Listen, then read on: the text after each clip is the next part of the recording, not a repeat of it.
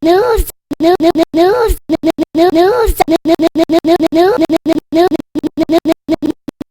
Don and Dave.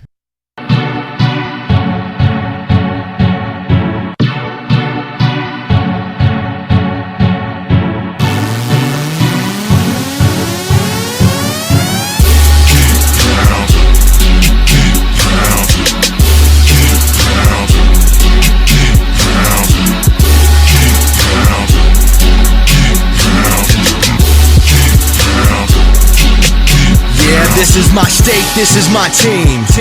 You know what that means. This is for the black and blue that I bleed. This is for the chance to bring home that ring. But everybody gonna doubt this. So far there ain't been another way around it. We bring heat to the game each week. They just say we ain't got what it takes, we ain't bout it. Well, y'all can just keep saying that we ain't gon' make it, but at the end of the day this'll be the Panthers nation. You know this ain't a game to us major players at every angle that you can think of. That's why you hate us. Get out the way of greatness. You can look at our faces and see the blood, sweat and tears that it took to create this. Yeah, I know what you're thinking, but you can save it. Cause even on the darkest of days, you know we're always gonna find a way to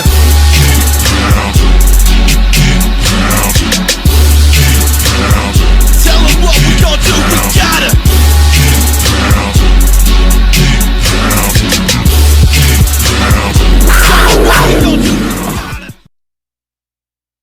Yo, Dave, what's poppin', bro? What's good, man? What's up, man? Yo, Draft's over. it's straight, man. The draft is over. It's popping, and we back. We back again to bring y'all the heat. I know y'all was with us. Most of y'all was with us was with us live. But now we back to after the dust has settled a little bit. We back to bring y'all some of that good content we bring. So Dave, did you get a chance? I hope everybody got a chance to take the survey. Did you get a chance to take the survey, Dave? I did.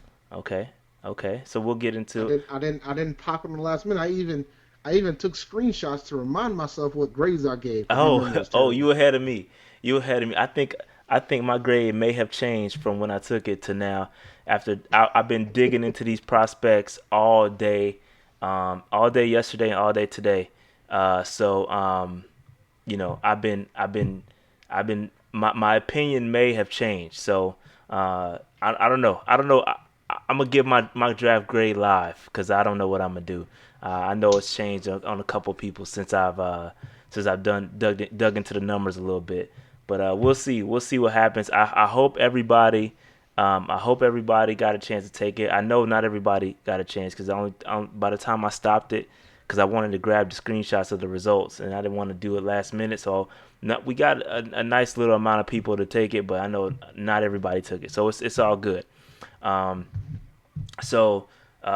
Dave, do you want to give your thoughts, or do you want to just dive right into the content? It's a lot to talk about, and I'm hoping that we have time to open up the phone lines. I know Jared said it's been a while since the chat cats have been able to speak, so that's kind of why we started a little bit early to give y'all enough time. I still can't promise it because there's so much to talk about, but I'm gonna try to get through it as best as I can. But still give y'all that good stuff, okay? So, Dave, what you want to do? You want to give your overall thoughts, or you want to jump right into it? Yeah, we can talk about the overall thoughts about the draft. Okay. So, this draft was a tale of two cities, right? We kind of knew that we were gonna get into the hybrid portion, the hybrid aspect of defense, and what this draft told me was we're gonna start the season as a hybrid. We're gonna end the season as a 3-4. Facts. That's what this draft has told me. I mean, not only with the draft, but with free agency too, Dave. Yeah, I know, but like the draft kind of confirmed it. Like the two picks that we had that were edge rushers are more outside linebackers in a 3-4 versus a defensive end in a 4-3. Facts. You know, so I think based on the build of all those players.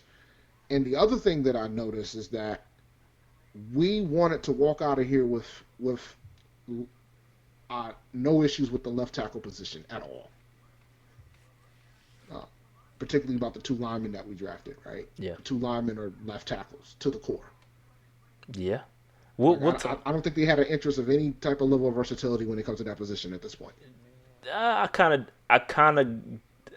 kind of disagree in a sense, especially after listening to Marty Herney's press conference, the overall press conference that they talked about. They kind of talked about having dudes be able to play both ways, and being able to slide in the guard if necessary. But I do agree these dudes are the two guys that we got are pure left tackles. They're pure left tackles, but I don't think that means they won't be asked to do other things. Worst case scenario. So No, I don't know. agreed. But I just think that I think I think they're tired of having to put somebody that isn't really a left tackle to play left tackle. They're at the point where they're like, all right, we're gonna just draft two left tackles, and we're gonna see if this works out, type of thing, you know. We'll see, Dave. We'll see. I think you going right into the meat. So let's go ahead. Let's go ahead and get this thing started because I don't want to. I don't. I want to get a chat cats the opportunity to speak as well. So let's just jump right into the content. It's a lot of good stuff in here, and we're gonna get right into it. Nope, not that one. All right. So we got the draft class. Let me make sure I got my notes right so I don't miss nothing. Um, all right, so take a look, Dave. We already talked a bit about it. First round we went Brian Burns. Kind of expected that. I know we talked about it pre-draft that we probably gonna take the best edge rusher on the board. Round two we trade up 10 spots, giving up one of giving up our early third round pick to go get Greg Little. Um, we pick up Will Greer with the comp pick. Christian Miller in the fourth, Jordan Scarlett in the fifth, Dennis Daly in the sixth, and Terry Godwin in the seventh. So we started with 7 picks. We went down to 6 picks at one point, and then we traded in the sixth round. We traded back in the sixth round to pick up another seventh round pick. That was pretty interesting. I don't see why they did that, but we'll talk about Oh no, that. they traded back in six Yeah, round we to get the traded seventh round back pick. and got the Yeah. additional seventh round pick. But I don't see why we. Well, we'll talk about it. We'll talk about it. I'll save my thoughts until we get into it. So first off, Brian Burns, Dave, edge rusher, FSU, go nose. The pit F Taggart though, go nose F Taggart. Get him out of here. But I like this pick, Dave, and I think the coaching staff, if you listen to the pressers, I don't think they were expecting to get Brian Burns. I don't think they were expecting Brian Burns to fall. A lot of the talking points today is that Brian Burns is a top 10 pick, that slipped for some reason. Well, we know the reason because you got guys like Daniel Jones going, and then the two linebackers that went up, that went in the top 10, or before 16 anyway. I don't think we were expecting to get him, Dave. I just don't know if we were expecting to get him, and I think the coaching staff loves him. The coaching staff loves him. All they talk about is that his athleticism, and I got some examples of him using his vicious. He has a vicious spin move. The joint is crazy. I got a clip of it. Um, but Brian Burns, speed, athleticism, he got some things, Dave, you just can't teach. You just can't teach some of the stuff. Um, I know there was a lot of concern about his weight. Um, and I think people, and what's super frustrating about people analyzing the Panthers draft is that they've been analyzing us from a 4-3 defense. They don't Yep. really realize that we're running a 3-4 hybrid, and so they're bossing us in, and they're giving us. Like I've seen this pick be graded very bad, and I just because they think we're gonna force him as a 4-3 end, and that's just not the case. If you listen to Rivera, it's gonna be dropping back in coverage. It's gonna be pretty much everything. He's gonna do it all. But Dave, what are your overall thoughts on this pick? I didn't think he was going to be here either, man. And that was part of my prediction when we did it at the beginning of the when we did it last week. I didn't think he was going to be there, and I thought Sweat was on the board too, but obviously he was not. Yeah. So I stand by that. Dillard was probably the pick if Burns wasn't there. But I'm happy for this pick because we really need to fix the edge rusher. I was very happy that the Raiders took Clinton Farrell at number 4. I was Yeah. very thrilled with that. Yeah. I think that pick, that Clelin Ferrell pick at 4, pretty much. I I didn't. That pretty much made me think that Burns was gonna be there. At that point, I was like, okay, Burns or Sweat at least are gonna be there. And if you watch our live draft, you could see us, pretty much saying, all right, one of the two are gonna be there. One of the two are gonna be there. And apparently, Montez Sweat, if you listen to the coverage, Montez Sweat was not even on our board. They didn't want him. I don't know if it was because of the heart thing. He was not even on our board. And so that's kind of interesting to hear. I think this was a destiny pick, if that makes sense. His brother played for Florida State. I think it was destined for him to be a Carolina Panther, and I like it. I like it. Yep. So real quick, this was posted. I don't know who posted, but they posted Brian Burns's RAS scores next to Von Miller's RAS scores, and there are some similarities. And there's some spots where Burns beats Vaughn, and there's some spots where Vaughn beats Burns. But it's very interesting to see how the analytics view Brian Burns, because I think the analytics love him. Even the guys from the Draft Network, the guys from the Draft Network had him ranked as the number 1 edge rusher, not the number 1 over Nick Bosa, over Josh Allen. They had him as the number 1 pick, the number 1 edge rusher. Excuse me. So you can kind of see some of these traits. You see some of these traits. I don't know what RAS stands for, by the way. I meant to look it up before it started, but I didn't. I didn't get a chance to. But you can kind of see, especially if you look at like the broad jump, and his 10 split is insane. It's explosiveness. That's what you're seeing. The get off. That's what some of these numbers are saying. He's got crazy get off. He's got good speed. And I think the weight, I'm not sure how they calculated the weight, but the weight is in red. Yeah, that can't be right. Yeah, And because Vaughn is too, and I think that's as a 4-3 defensive end. I really think that's how they graded him. Oh, I think that's how they did it, because as a 4-3 defensive end, that weight is light. But I think Von Miller out of Texas was an outside linebacker. I don't think they graded him as such.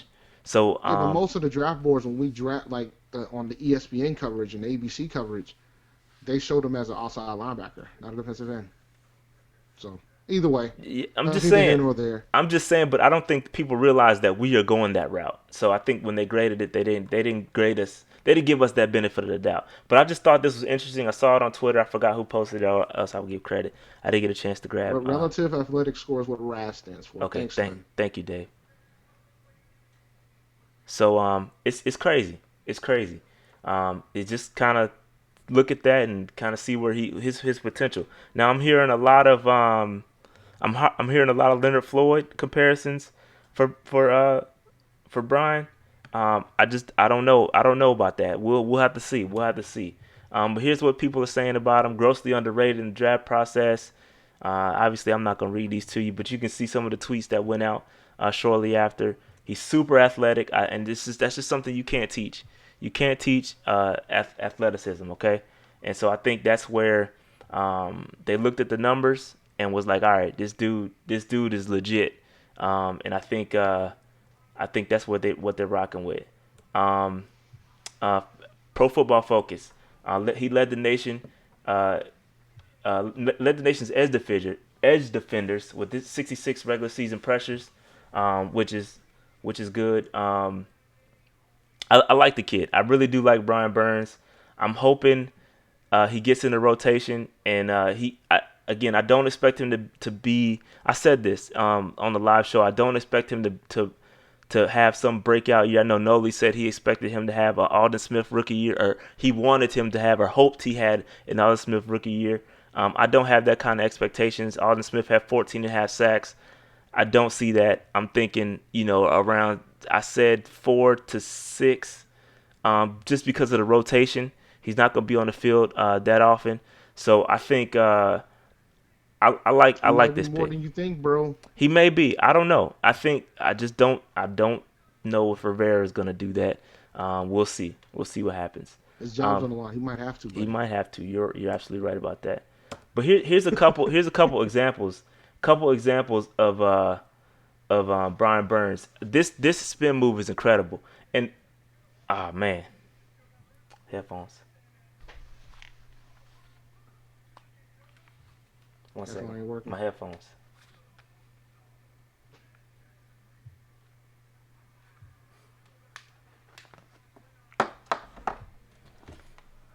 All right. One Try second, this Pete. My move. headphone went dead. I hear you. Oh well, you can't hear me anymore.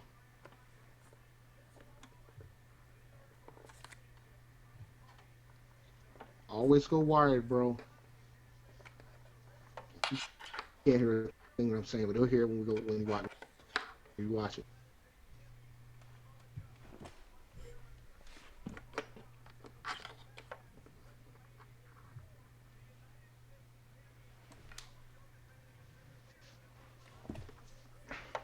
Everybody seen Avengers?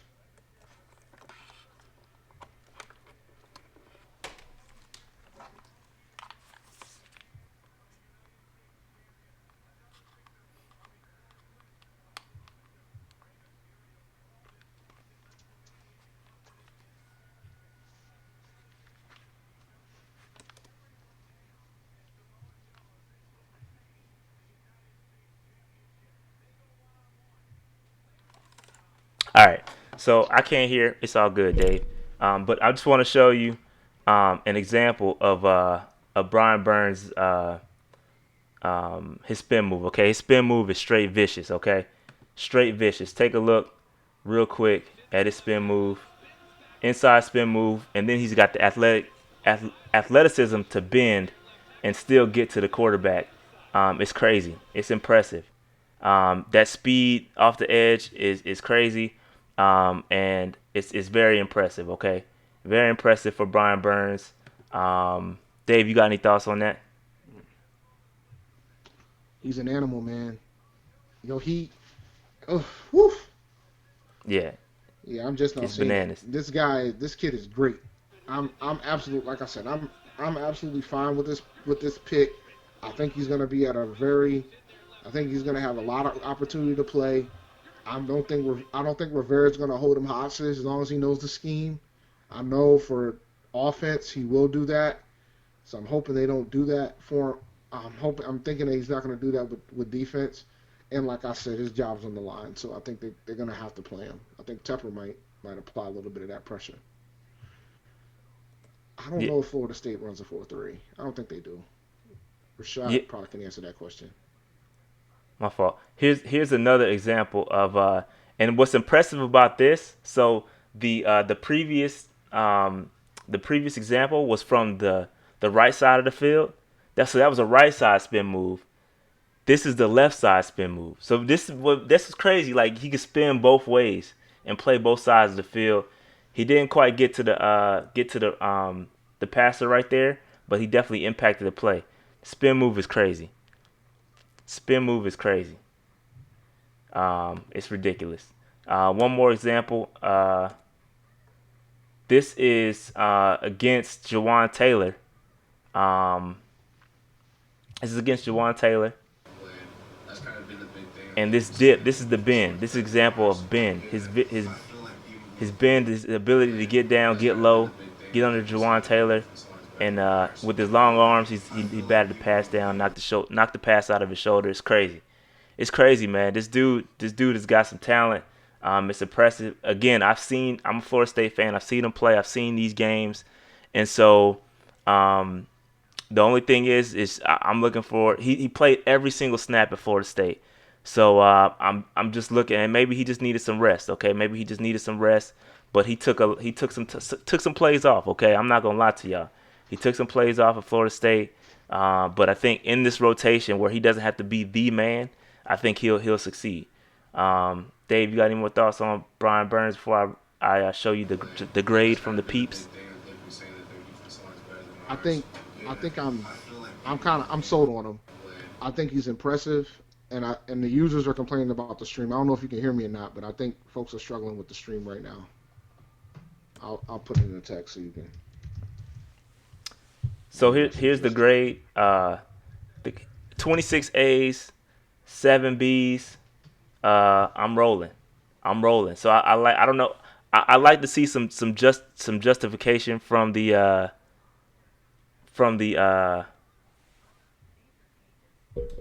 I think I know why. Hold on one second.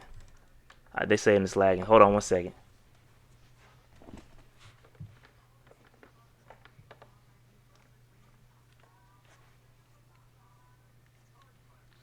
Yeah, but most college players will take a playoff here and there, man. So that's not fair, Scott. That's not fair. So you can't go off that. If you look at anybody's film, I'm pretty sure pretty much anybody that plays in those type of position, in that type of position, is going to take the occasional playoff here and there. Yeah, he played every down, so that's kind of is what it is. Give me one second. I gotta. My headphones gonna keep dying, but it's all good. Um. Ah.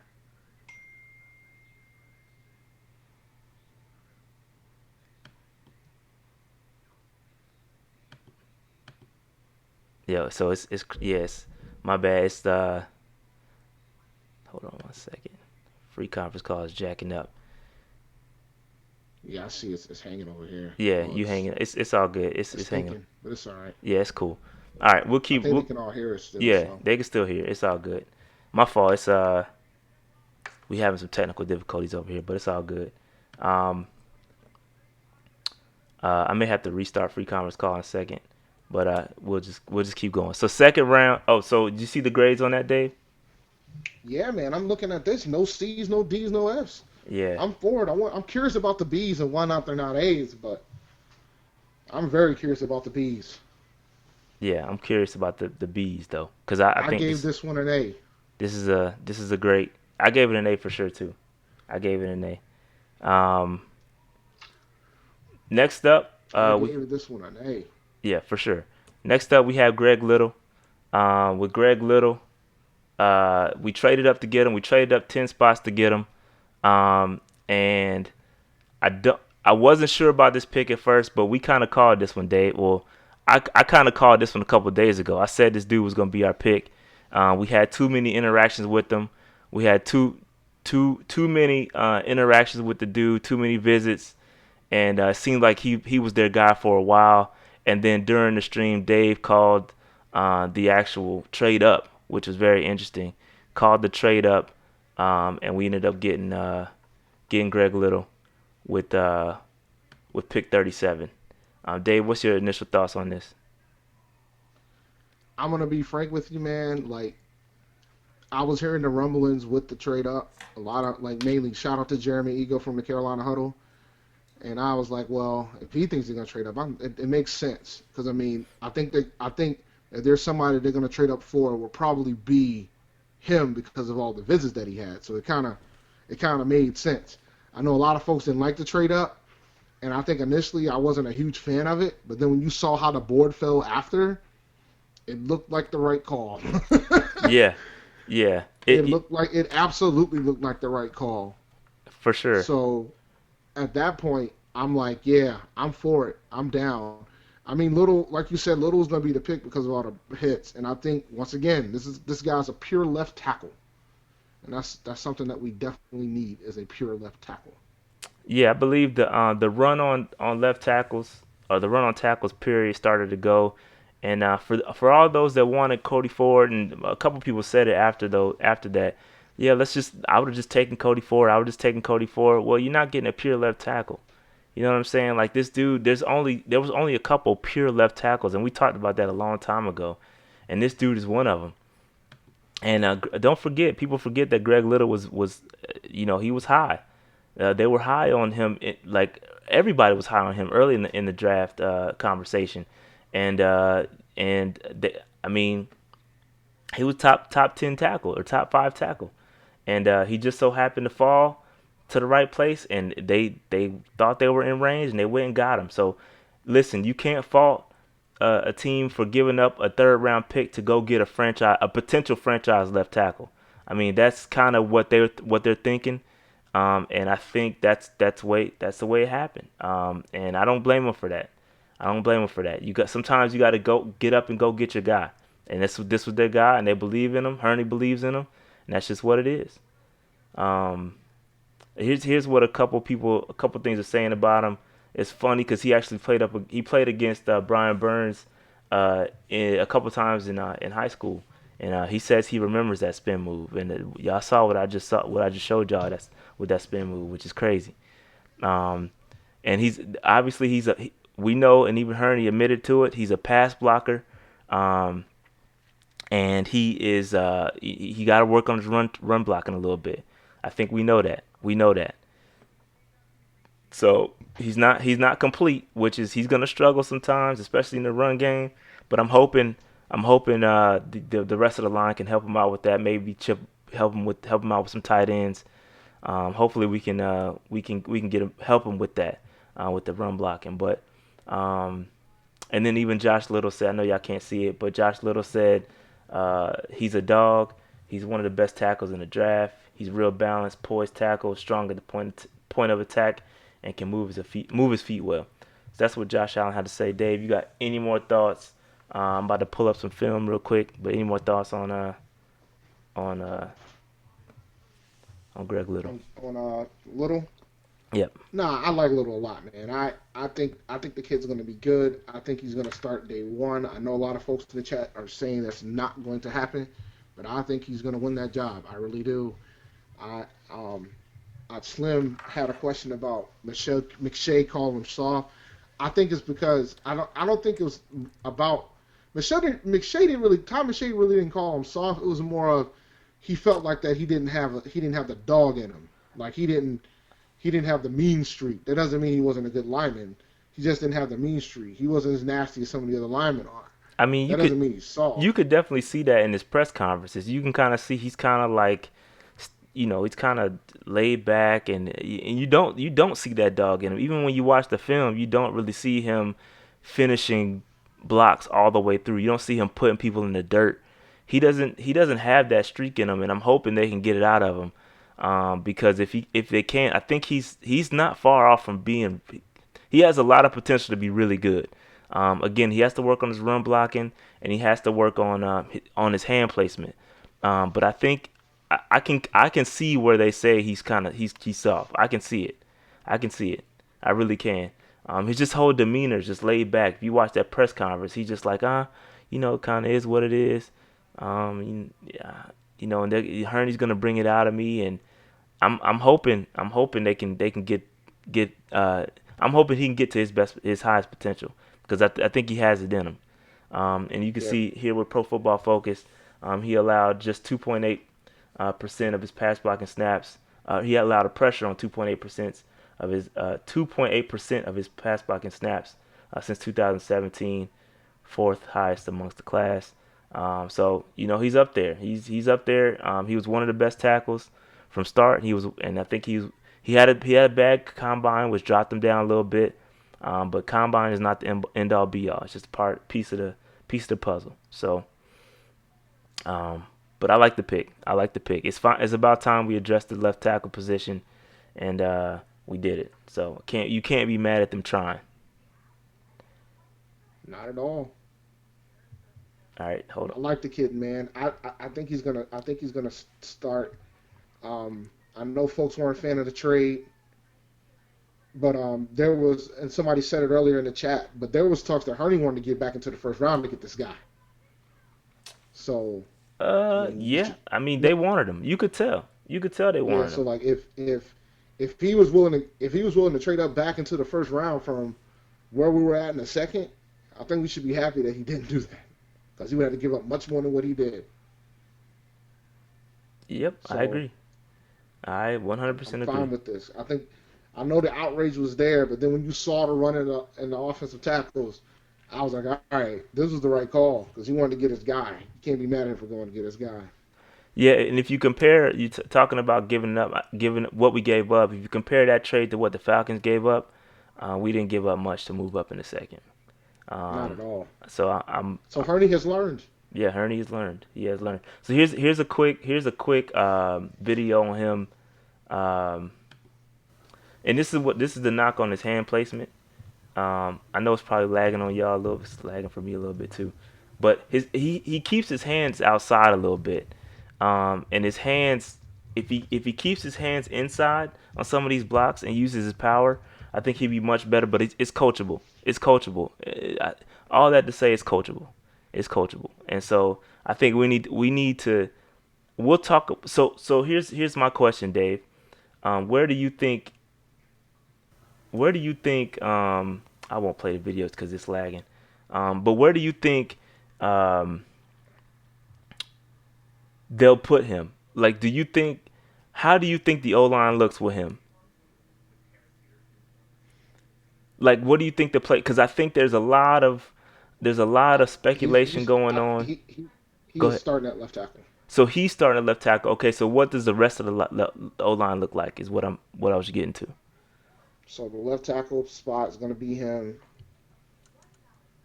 The right tackle spot is going to be Moulton.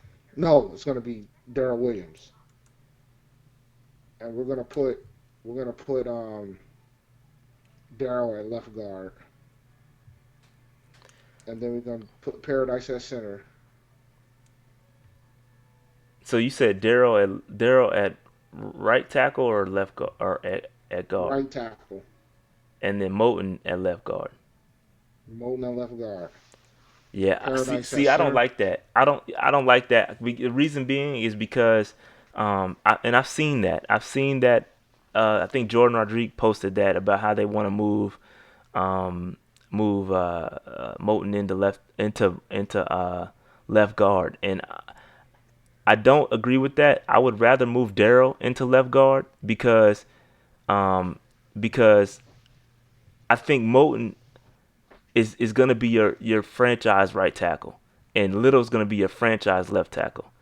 And Oh no, I get that too, but I think it's more about the fact that I think Daryl Williams is probably a better right tackle, and we know he's leaving after this year most that's likely. that's my point. He's leaving. You know what I'm saying? He's leaving. So why displace and I guess stop another guy from progressing in Moulton, knowing that another guy is going to be leaving. You know what I'm saying? I get it, I get it, but at the same time, I my other concern is whether or not you care about Daryl Williams and how he'll play, knowing because if they put him at guard, man, that's gonna cost them money. Well, at this point, it's a Especially business, if he Dave. beats, especially if he beats Moulton. Now, if Moulton wins the job, then that's a whole different It's ballgame, a right? business, man. We can't. I think we need to care about the long term. Uh, and again, okay. So there's two arguments here. So I do agree that Moulton is probably a better guard than Daryl Williams. I do agree that Moulton's probably a better guard than Williams because he's just that flexible. So You you can put him want to anywhere. put the best line there. And that's what I'm saying. That's my point. There's two methods of thinking here. You if you want to get the best out of your line and you want to put the best line forward, then you probably want to put Moulton there. But that doesn't say and so here's another thing about putting Daryl at left guard. Doesn't that protect Daryl's knee a little bit? Like I feel like putting him at guard might protect him because there's much less movement at left guard than there is, so I feel like it protects him. I could be completely way off base with that. I could be way off base. But this is me thinking out loud. I'm thinking that will protect Daryl by putting him inside. I don't know. I'm just thinking out loud. But I do think the Williams best. can't take all that. Williams can't take all that pounding at guard. That's true. That's a good point. I think you want to put the best players in their best positions. I know why you prefer to have Moulton at right tackle because we know Daryl's not going to be there next year. But I want to have the best possible offensive line there, and to do it, you need to put the All Pro at the right tackle position. Period. You have to put Daryl at right tackle I think Moulton if is. he I wins the think job. Moulton is a better. I think Moulton's a better right tackle though. I do think Daryl's all pro at I the think position. that's different years. But No, but still, like he's a Moten is the better right tackle in my opinion. But Daryl is not as versatile. So you put Daryl at right tackle and move the versatile guy to guard. two guards. I get that. I'm not saying that. But my point is that your franchise right tackle is gonna be Moten. That's gonna be is gonna be Moten at long term. So Long I get term. it. But we're not. But you see, like we're not. We're thinking about next No, year. I get it. I get Short it. term. I get it. Short term. It needs to be Daryl. I get Daryl it. needs to be playing right tackle. I get it. I get it. I'm just saying. I'm just saying because I just feel like you're gonna maybe you stunt Moten a little bit by moving him around so much. That's just my opinion. I don't know. I don't know. I don't know. I don't know. So I do think I, Moten. I get the reason to put Moten there. I just rather put Daryl there because he's played at a very high level at the position. He I know he's trying to get paid as it is. I know he's trying to get his new contract. He got to show that he can stay healthy. So I'm pretty sure he's going to give his best effort at the right tackle position, which is what we want. So it makes the most sense for him to do that, to play there. I mean that makes sense. I mean I get it. You know, I get it. yeah. So like I think, what it boils down to is that you know that if push comes to shove, God forbid, if Darrell Williams gets hurt again, we can always move the Moten back to right tackle and find somebody to play left guard. But now at this point, we have the potential to have our first lineman drafted playing left tackle, which is Cam's blind side. It has to be better than what we have with Matt Khalil there. You put Darrell Williams at his pure position at right tackle. You put Trey Turner at right guard. You got Paradise at center, and you got Moten at left guard. That's a lot. I'm cool with that line. I know people are worried about having a rookie playing offensive tackle, Oh but we yeah, pretty much I'm had one concerned playing it about for the that past too. couple of years with Matt Khalil, so I I'm think we'll be okay. I'm concerned about that too, but I do think yeah I agree with your last statement there, but I do agree with that. I've always been against playing rookies at left tackle, but I think this year I think we can do it. We can do it. I'm not that Like, nervous. all I gotta say is Matt Khalil. That's all I need to say. That's it. That's all I need to say. Because we put Matt Khalil there. Yeah, no, I agree. Houston's about to find out what happens when you put Matt Khalil there. I agree. I agree. So So real quick, there's been some comparisons with Greg Little to Russell Okung. Not a bad comparison. that's a Good. pretty damn good Yeah. comparison. So good movement, quick feet, good hands. Well, I think he needs to work on his hands. This is from somebody else. He can get caught being lazy. So I've seen that. I've seen not finish plays. So he has he has to be coached. He's gonna give up some sacks, and he's not gonna be perfect. So people got to be willing to, we got to grow with him. We gotta have patience with him. We got to grow with him. Um, Because Jordan Gross didn't play left tackle this rookie year, so put it in perspective. yeah, So I know we're asking a lot from the kid, but considering what we just left, I think I'm cool with it. I agree. I agree. All right. So next up we had so that was the trade. Sorry, I didn't. That was up on the screen right now is the grade of the trade. So it's all over Yeah, the place. Go ahead, Dave. I took it down because I didn't want to mess up with the bandwidth. So how all over the place is it? Y'all gonna be mad when I tell you what grade I gave it. It's so 4 A's, 16 B's, 10 C's, and 3 D's. I gave it an A. I feel like you can't with this you have to take into the account of the pick. So I actually gave the pick. I gave both the pick and the trade a B. I feel like they go together. But I didn't want to lump them in one thing. So I feel like you can't grade the trade a D and then grade the pick a B in my opinion. Like that's just my opinion. I think you need to think about who you pick. With I gave it an A because I think when the trade happened, I felt like when the trade happened, I felt like it was a B. But then when I saw how the board was falling, how the players were falling after us, because the Bills immediately traded up after us, like it happened like that. So as soon as I saw that, and then I saw what the value that the Falcons got when they traded up, I felt like, yeah, this is an A. I mean, Hurney didn't give up Hurney didn't give up nearly as much as some other teams had to give up, and we got our guy, and he didn't go to the first round to do it. So I'm giving it an A. Yep, I don't disagree, Dave. Um, so what'd you give the pick then? I gave the pick an A too. Okay, yeah, I feel like you have to. Yeah. I gave them both an A. Like Yeah, I know folks are feeling a certain type of way about it, but I gave that pick an A because I yeah, felt like, all right, we needed a left tackle. I always thought it was going to be edge and tackle were going to have to be the first two picks, and it was going to be and it's got to be based on the based on how the board falls and the way the board fell. So when I knew we took the end, I knew that offensive tackle had to be right behind. That's the way we had to do it. yeah. So the first two rounds went as good as it could have gotten. I know in a perfect world we shouldn't have had to trade, but I don't think Little would have been there, and then I would have been concerned about Hurley reaching. Yeah, so Very concerned about Hurley couple reaching. comments on whether we started the OT run.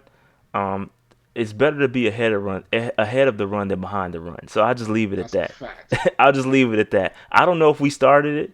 I think it had a lot to do with what the Texans did.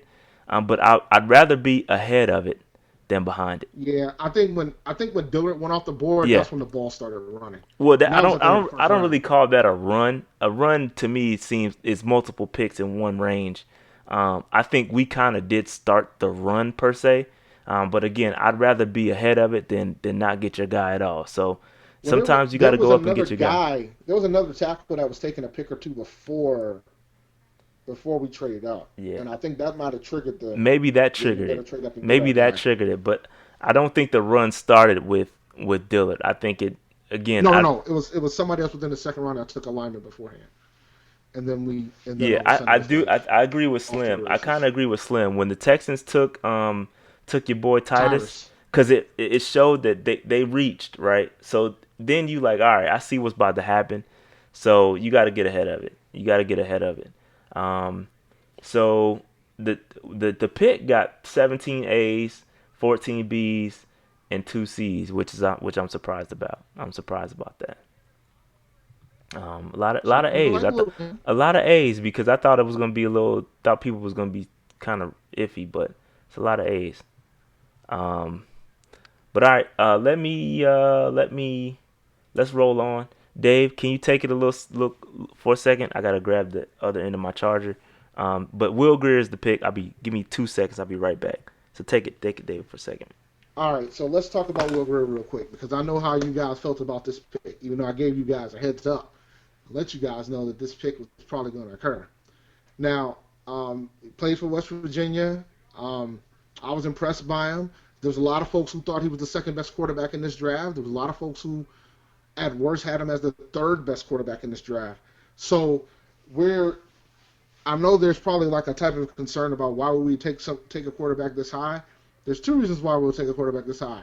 One, I think we're tired of. I think Cam's been getting banged up a lot. Cam's been getting beat up a lot. So we got to have somebody that's him, behind him that's actually confident. And not to say that the other quarterbacks aren't confident, but somebody that has more talent. Because when we had DA about it, we weren't too worried about the backup per se until recently. But I think now we have somebody that could potentially come in once they learn the system. Could potentially come in and actually do some damage. Um, I and not a huge knock on Heineke and Kyle Allen, but those two quarterbacks aren't as talented as Greer. Not even close. There's some folks who think that Greer would have probably been a high pick in last year's draft. So I think this is really good value for where we got him. We got him at the bottom of the third round. So I was fine with the pick. I expected the pick. It makes you think about Cam. I know during the press conference they said, this has absolutely nothing to do with Cam. No, it has absolutely everything to do with Cam. I Because if do it agree didn't, with you that. wouldn't have to take one this high. I do agree with that, Dave. So it has absolutely everything to do with Cam. And it doesn't mean that Cam won't be ready for the beginning of the season. But it does mean that they're preparing for the situation if he's not. And I agree. That's what you have to do.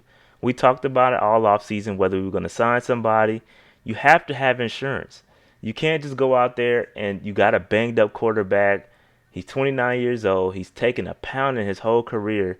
He's coming off what, couple shoulder surgeries, and it's you don't know if it's gonna be right. You have to go out there. We didn't have the money to go get a real backup, so you got to draft a guy. And I think it fell the way they wanted it to fall. I don't think they reached. I think it fell perfectly. I think this draft kind of fell exactly the way you want to draft to fall. To be honest, I think I think they took him right ahead of the Patriots. The Patriots were gonna take Will Grier, but Oh I yeah. believe they were gonna take Will Grier right after us, and we said, all right, we gotta Oh, do what we gotta absolutely do. they were. Yep. So I think Will Grier was who they wanted. And I watched a lot of reviews on Will Grier, and I like him. I think he's not perfect. He's not perfect. He is not perfect, but I do like him. The big knock on him is arm strength. And I watched the review of Will Grier, and he throws with his arm. I know it sounds stupid, but he throws with his arm, so he's not rotating his hips to get the ball off. So I think with a little mechanics change, he can become a really good quarterback. He's really good with the intermediate stuff, getting rid of the ball quick. I think Norv is gonna do wonders with the kid, and it's different from Oh my God, yes. when you get a kid from the start and you can mold them exactly how you want to mold them. I think Norv is and he fits. I think he fits our system perfect. The quick passes, getting rid of the ball quick, and he can throw the ball deep. I think he it's funny because the review I was watching was saying that he throws 50-50 balls, and he had David Sills. He had some good receivers that bailed him out on a lot of throws, just to call a spade a spade. Um, and they said he throws a lot of YOLO balls. So he gets rid of he takes chances, and they called him a wannabe Mahomes without the arm strength. And I kind of see it. I kind of see it. He takes a lot of risks. He's got good mobility. He can run with the ball a little bit if he has to. But he's very accurate, and I think if I think the short intermediate passes where he's super accurate is where he can go ham. And I saw another comparison to him was Case Keenum, And Tony with Romo. Tony Romo or Case Keenum. I think those are some good. Listen, we don't want that. We don't. This dude doesn't have to be great. Like, you've got weapons around you. You just gotta be. Sometimes a good game manager is all you need. And I think he's capable. And I think Norv is gonna do wonders with him. I think Norv is gonna do wonders with him. And I like it. I like where we got him, to be honest with you. I like that we addressed the quarterback position because we need to. First quarterback we've drafted since Cam Newton, and we needed one ever since Da left, or ever since Da's last year as a backup, because he Oh was yeah. terrible. He was terrible last year. The last year he was the backup. That last year he was the backup. We needed a quarterback, and it's And about time we've done it. We've done it, and I like Will Grier. I do. Um, and Cam only has 1 year left on his deal, right? no, Cam is 2021. So after this year, 2021 is his last year. So this year and then next year. So 2 years left on his deal. So 2020 is his last year.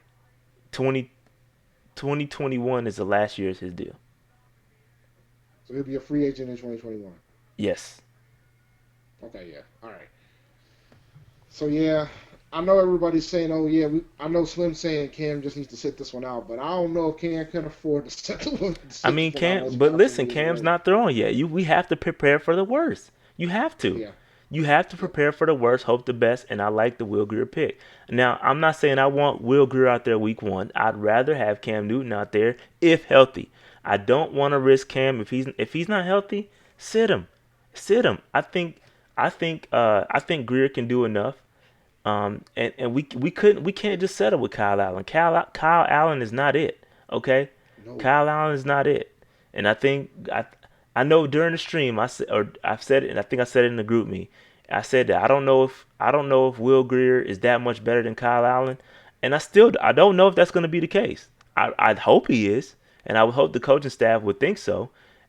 I don't know the answer to that until I see him preseason. Once I see him in preseason, I'll make my determination. But I don't know if he's that much better than Kyle Allen. But I would hope that they would make that pick knowing that he's going to be better than Kyle Allen. I just hope so. And consider this: if Cam's not ready, other than the Rams, there's a couple manageable games at the beginning of the season. Nah. That's a decent chunk of manageable games at the beginning Just of the year. the bottom So line if is Cam's not ready at the Cam need to be beginning, 100% If Cam not 100%, then it is what it is. Um, but Skip Bayless, your best friend no, Skip. Oh, go Greer, ahead, Dave. Greer might not be the future, but Greer is a pretty good insurance policy if Cam if Cam gets to the point of not re-signing, and I don't anticipate that happening, but it's a good insurance policy, and now you got somebody that North can mold from the gate. So I know that's not what y'all want to hear. Maybe we're going too deep in it, but Yeah. So we got to remember that we got to re-sign Cam too. Do we? Well, Think about it, I mean that's the Dave. end Do goal, we? right? If we do re-sign Cam, then we're gonna have to trade Greer if it's all said and But done. see, that's the 'Cause thing. I That's think that. I think Greer could start. I think with time and a system, Greer could start in this league. So that's the thing. I see some of the quarterbacks that are Even Hurney said it. He said it in the press conference about the philosophy of drafting a quarterback every year. Like I feel like even if the worst case scenario. All right, let's just play out worst case scenario. Cam's not healthy. Will Greer starts. Will Greer has a solid year. Cam Newton comes back. Guess what Will Greer is at that point? trade bait. Exactly. So it's a win-win. I mean, if Will Greer is playing, he's playing himself to be traded. If not, then Cam Newton is healthy. So it's a win-win situation. I think he's fine. I think it's gonna if he balls out. He's gotta be decent. He's gotta be decent. He can't be out there and looking like a bum. Okay. Um, but I think it's a win-win scenario. So again, Yeah, I mean, go guys, ahead. don't just go on Skip though. That's not fair because there's a lot of analysts other than Skip Bayless that thought that Will Greer was one of the best quarterbacks in this draft. Most of them had him third. A lot of A, them had him ahead a lot. a lot of the quarterbacks, and the reason why he was not behind, or the reason why he was behind a lot of the quarterbacks in the rankings, according to the people that do this for a living, it was his arm strength. They questioned his arm strength, and even Hurney said it. Hurney said his arm strength is not a problem.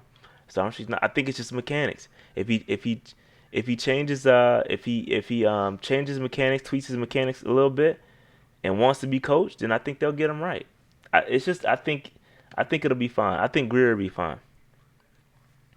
I agree, Marcus. Preseason play is important. So I agree. I agree. It all plays into the bigger scheme. The worst case scenario, we get a nice draft pick, and we can add some more talent for Greer if something crazy happens. But I like it. I like the pick. So obviously, here's some numbers from Pro Football Focus: 76 percent adjusted completion percentage.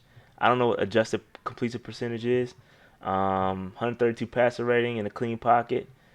They see this is why I don't like Pro Football Focus. See how they tweak the numbers?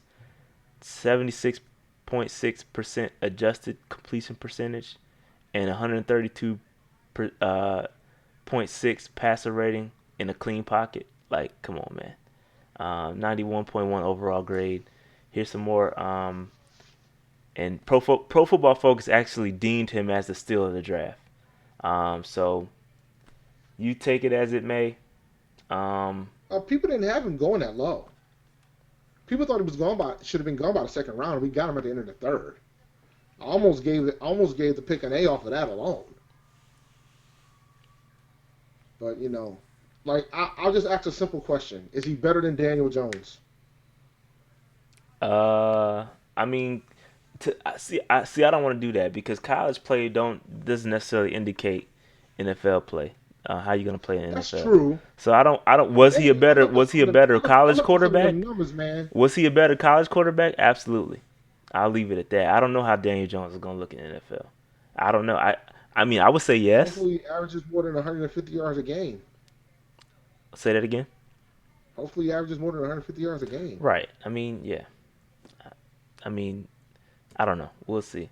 So here's a quick video of I was gonna play it's gonna lag.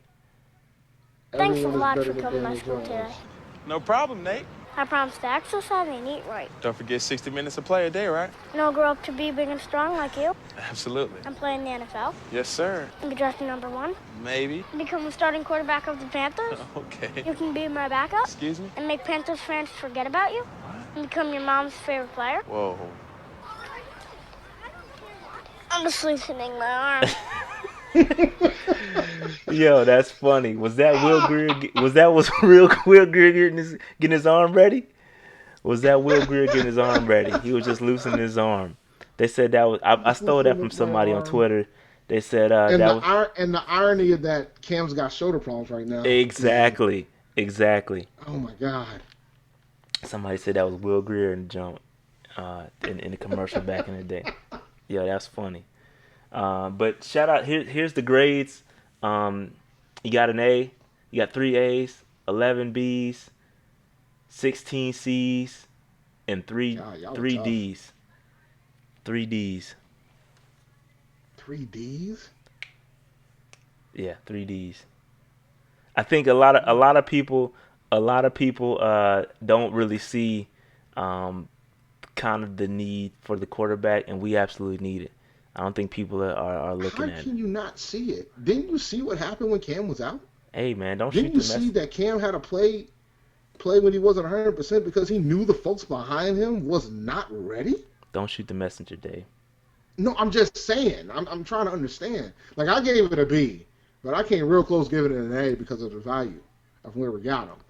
But, I gave it a B. like, yeah, like, I just think you guys, I mean, remember, we would have had a top 10 pick if the Saints didn't play, if the Saints played their starters the final week of the season. Like, we were pretty bad with the backup quarterbacks that we had.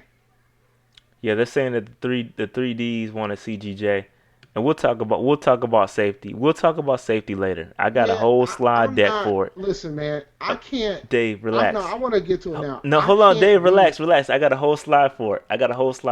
Relax. We'll get there. We about to breeze through these next ones. Just relax. Dave want to get to the safety. I got you, B. I got you. All right, let's move on because I think this right here was the steal of our draft. I think Christian Miller is a great pick. This is my favorite pick in the draft, to be honest with you. I'm gonna be honest, Dave. This is my favorite pick. This dude has insane potential. If he can just stay healthy. I mean, the dude has been injury prone. I think he had a bicep issue and a hamstring issue in college. I think the bicep issue kept him out of college in 2017, and then the hamstring issue kept him out of the national championship game. Oh, yeah, out of the national championship game. But I think this dude he's a situational pass rusher in college. He was asked to come in. You know, Bama's loaded. They got a lot of talent, and I think he's definitely a product. He's getting some criticism for being a product of a good system. But I think this dude's measurables are insane. And I think if you building a defensive end, this dude, this is one of the dudes his measurables are perfect. Like, he's got long arms. He's 6'4". I mean, I think he had 35-inch arms or something like that, which is crazy. So this dude I love this pick, Dave. I love this pick. What do you think about this pick? I love it too. I think this is like, if Brian Burns didn't show you that we were going to 3-4, this confirmed it. Facts. This confirmed it. I think in a very perfect world we'll be at 3-4 week 1, but I'm just trying to be realistic about the situation. This confirms it, and I love this pick. Yeah, Some I people are love it. saying he's the reason why that Alabama didn't beat Clemson this year. Yeah, I love it. I love this pick, man. I really do. He had 8.5 sacks. and 36 tackles, 8.5 sacks as a situational guy. Like, he's not even on the field every down. So he's a pass rush specialist. Yeah, he dropped back in coverage a little bit, but this dude's a perfect fit for what we want to do with the hybrid front. But I love this pick. We double dipped at edge. Loved it. I love this pick. So there's a little bit of he took this picture way back in the day with the Panther shirt on. And I think it's dope that this came full circle because he's from Columbia. Dave, he's from Columbia. I don't know if you knew Yep. that. You know what school we went to? No, I know what school he went to. We went to Spring Valley High School. That's my rival high school. Okay, so they must have been kicking y'all tail then. If they got Not when I was in high school, no. But now they're really good. Spring Valley's really good now. All right, so they've historically had a lot of NFL players come out of high school. yeah, I thought this was super dope. Full circle. A lot of the guys we drafted have ties to the area. You got Will Greer, who's from Davidson, right up the street. Greg Little doesn't have a tie per se. Well, unless you want to talk about Michael Orr and all that, but with Ole Miss. And then obviously Brian Burns' brother played for the Panthers. A lot of these dudes got ties to the organization, which is dope. So I think this dude again. These tweets kind of reiterate what we were saying. I think he was a situational dude. He wasn't asked to do a lot, but when he was asked to do, he killed it. He killed it. So I love this pick. I really do. I think he would have been a higher pick had he not had so many injury issues. And I don't think he'll be asked to do a lot with the Panthers year one. But when he does get on the field, he's gonna make an impact. I like this dude. I like this dude a lot. I really do. So here's some Pro Football Focus things. Led our SEC edge rushers with 37% pressures, which is crazy, considering you're not on the field that much. Well, I guess you can look at that two ways. Since you're not on the field as much, you got more opportunity, or you can make the best of your attempts. He's got a lot of these things, man. He was right behind Josh Allen in making pressure. He made a pressure once every 5.2 pass rushes, which is crazy. Right behind Josh Allen, in front of Montez Sweat, in front of Ja'Kai Polite. So this is dope, man. This is dope.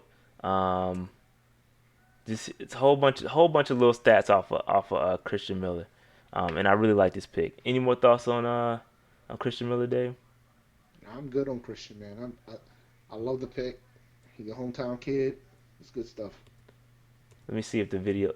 So I don't know if the video is gonna lag, but man, this video right here is an example of bend. Okay, this is a example of perfect bend.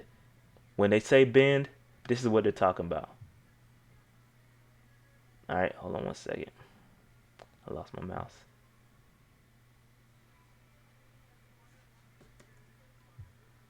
Oops. 1 second.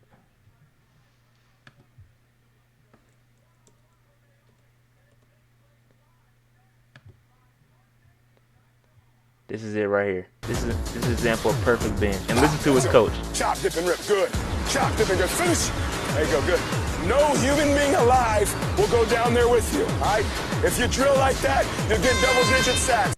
If you drill like that, you'll get double-digit sacks. Just one more time, man. One more time, because this is beautiful. And I know it's a drill. But this is insane. Let's go. Chop, dip, and rip. Good. Chop, dip, and good. Finish. There you go. Good. No human being alive will go down there with you. All right? If you drill like that, you'll get double-digit sacks. It's crazy. So not only that, okay, so that's a drill, right? But this is a live game. Chop, dip, and rip. Good. Chop, dip, and good. Finish. There you go. Good. No human being alive will go down there with you. Right? Pocket. If you drill like that, you'll get double-digit sacks. 3rd and 11. Murray from the pocket. Hit and knock. Sacking Kyler Murray. So it's crazy. It's crazy. That bend, this is a live bend, okay? Live bend. Pulling to the ground. 3rd and 11. Murray from the pocket. Hit and knock. Bend in action. Brown, 3rd and 11. Murray from the pocket. Hit and knock. It's crazy, man. This dude's impressive. I think he's a super sleeper, and if he can just stay healthy, I think he'll be fine. That's his only highlight. Nah, it's not really. It's not. It's the only one I could find on Twitter though. But he's nice. He's good, and I think it's more than what you see on film. It's the measurables, right? This is the measurables. The dude's arms are 35 inches long. Like, he's got long arms. He's got good speed. He's got crazy bend. So like when you have the measurables and then you combine that with the film, it's good, man. I'm telling you, he's gonna be nice. He's gonna be nice, man. He's gonna be real nice. I really like this. This pick gets me the most excited. And Dave? Can you remind me who was our fourth round pick last year?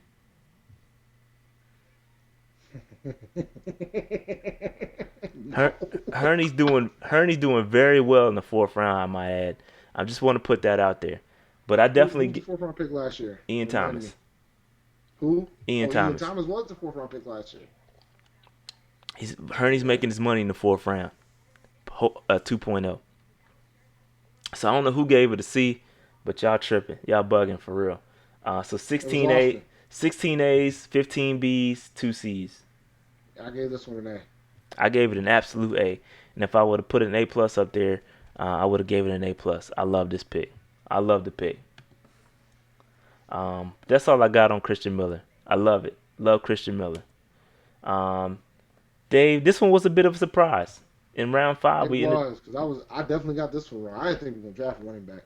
Yeah, I got a slide just for that too, Dave. Where we were right and where we were wrong. We were definitely wrong on drafting a running back. We ended up getting Jordan Scarlett out of Florida in the round 5, pick 154. I like the pick though. After reviewing the film, I think he's if you could draw up a compliment to running back to Christian McCaffrey, it'll be Jordan Scarlett. I like him. Here's what Brett Coleman. I love Brett Coleman. I love his work. Sneaky pick for Carolina. Perfect compliment to Christian McCaffrey. And there's a crazy stat, and I think I'll show it, of how effective he is in the 4th quarter. So because he's so powerful. I think in the 4th quarter, the defensive line just wore down, and he just goes ham. He was able to work through the suspension. Everybody knows about the credit card fraud thing, and the marijuana possession.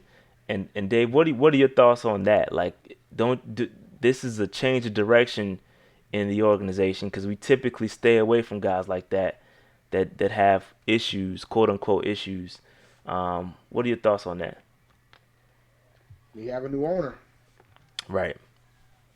And we know that our previous owner really wasn't playing that. But I can kind of understand why, because Mr. Richardson didn't exactly have the best of luck at some of the players that he's drafted over those years. Yes. So you kind of can see why. But we got a new owner. So, I like the pick. Average 2.7 yards after contact. No matter which way he ran, so doesn't matter which direction he ran. He's averages at least 2.79 yards per contact, or yards after contact per carry. So the dude does not go down on the first hit. I've got a couple videos where this dude is looking like a bowling ball, just going down the alley, like knocking dudes out and shedding all kind of tackles. So I do like the pick. I like the pick. I was surprised, but I like the pick. This is just talking about taking the workload off Christian McCaffrey and how he was a closer. 3.8 yards per attempt after contact in the 4th quarter. So the dude in front of Elijah, I saw some Elijah Holyfield comparisons, but in the 4th quarter, he's more effective than Elijah Holyfield. Just throwing that out there. And Josh Jacobs. Fourth quarter, he's a beast. But that's the pro football focus stuff for you. They're gonna make it. They can make anybody look good. But I'm just putting it up here for y'all viewing pleasure. All right. Here's a couple. Here's a couple nice runs. We'll see. See how you looking on these couple of these runs. Physical runner, dude. Physical runner. Here's another one. Oh, it's the same one. Yep, same one.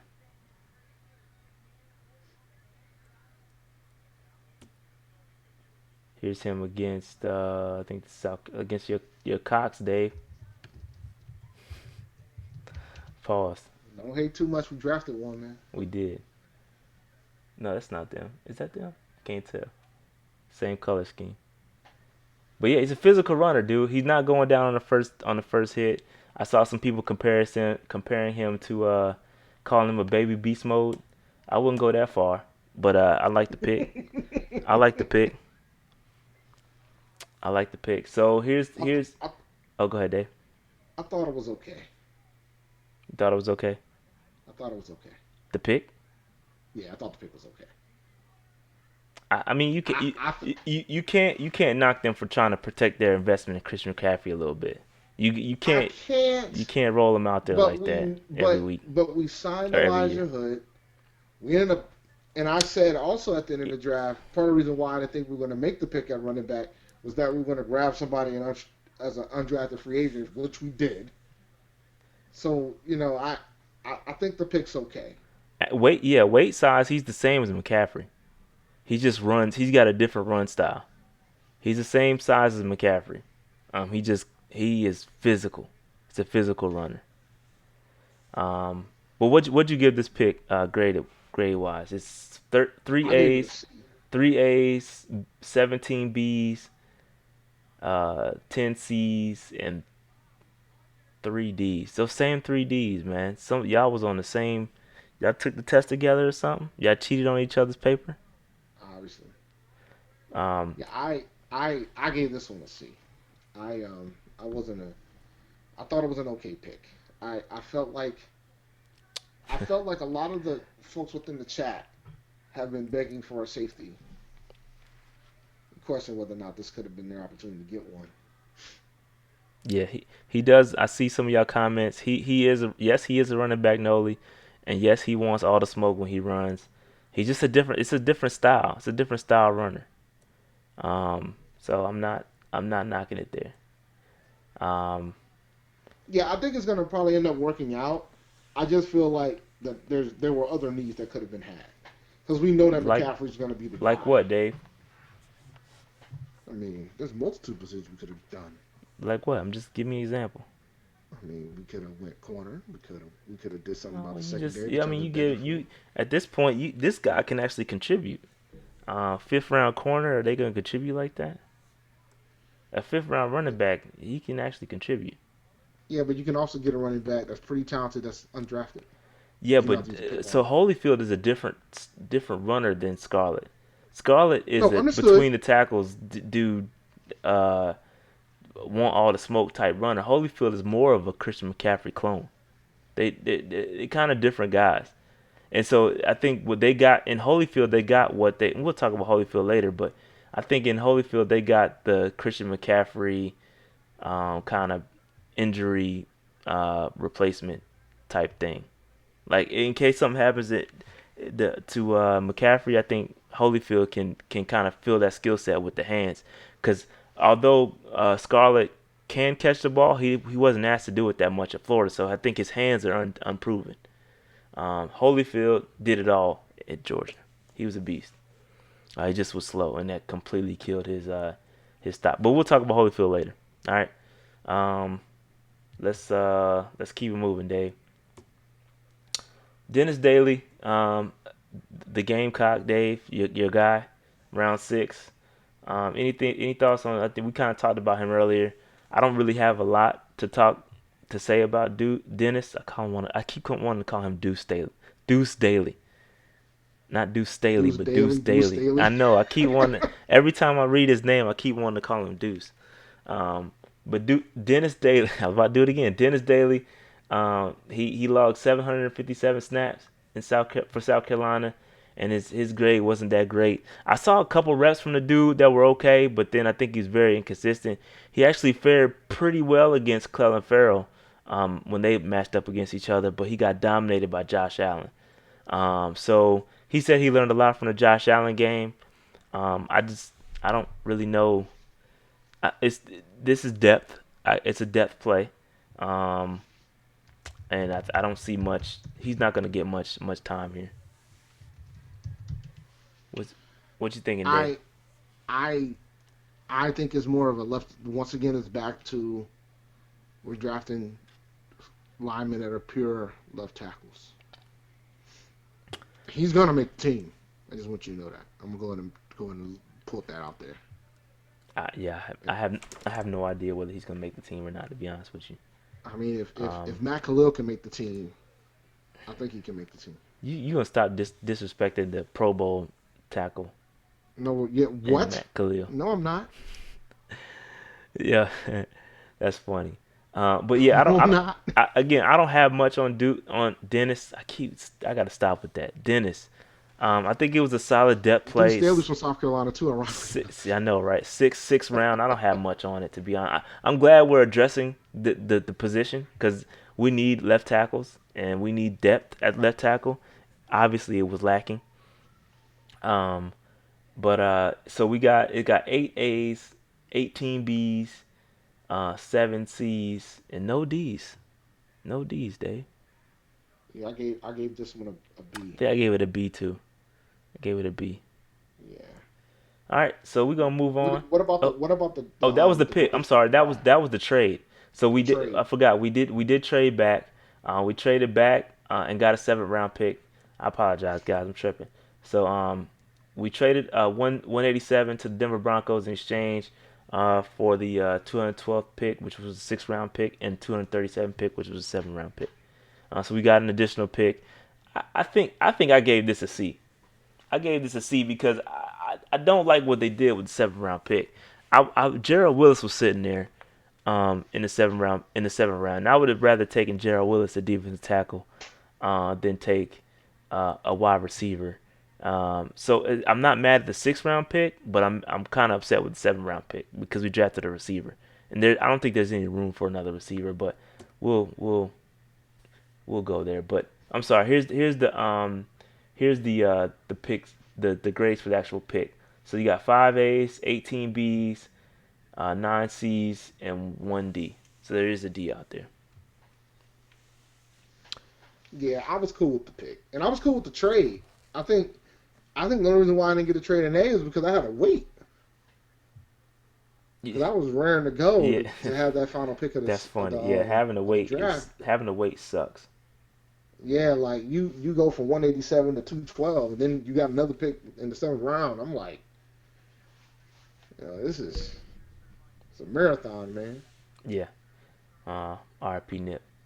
But 7th round, we ended up getting Terry Godwin.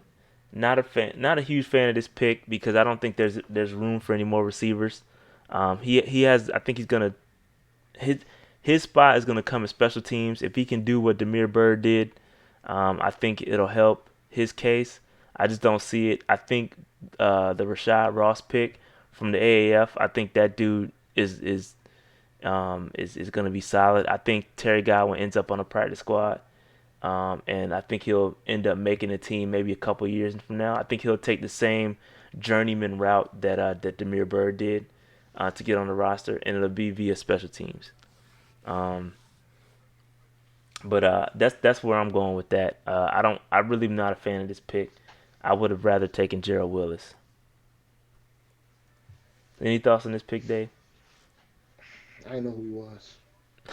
So we met with him. We ended up meeting with him at the East-West game. And I bet you didn't know this, Dave. He actually got drafted in the. So you think Kyler Murray is impressive. This dude got drafted by the Braves as well. Yeah, so we got our own Kyler Murray on the team. Y'all like that? We got our own version of Kyler Murray. So he's an athlete. He's athletic to be able to play two sports at that type of high level. He's an athletic kid. Yeah.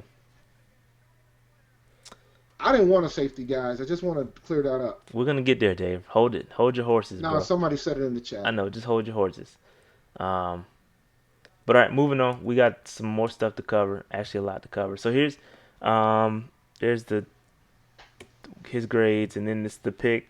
I think I might have gave this a D. I think I'm one of the D's this time. So 6 A's, 13 B's, 9 C's, and 5 D's. So yeah, that's that. So let's gonna go quickly through the undrafted free agents. So Jordan Kanuzik, out of Cal, he's a linebacker. He posted 89.6 overall grade and 87.1 coverage grade. So he was solid linebacker. I think this dude ends up on the practice squad. Maybe if he can even make the cut, I don't know. I don't know much about this dude. Never seen him play. But Cal Bear. yeah, Cal Bear.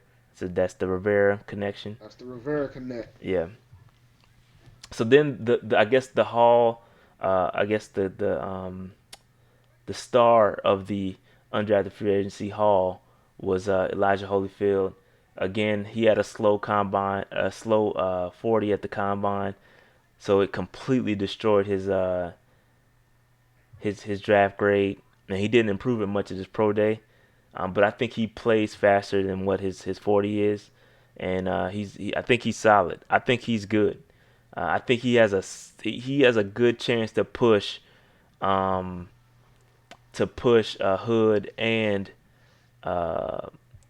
Cameron Artis-Payne. I think he's gonna surprise some of us. Little inside joke there.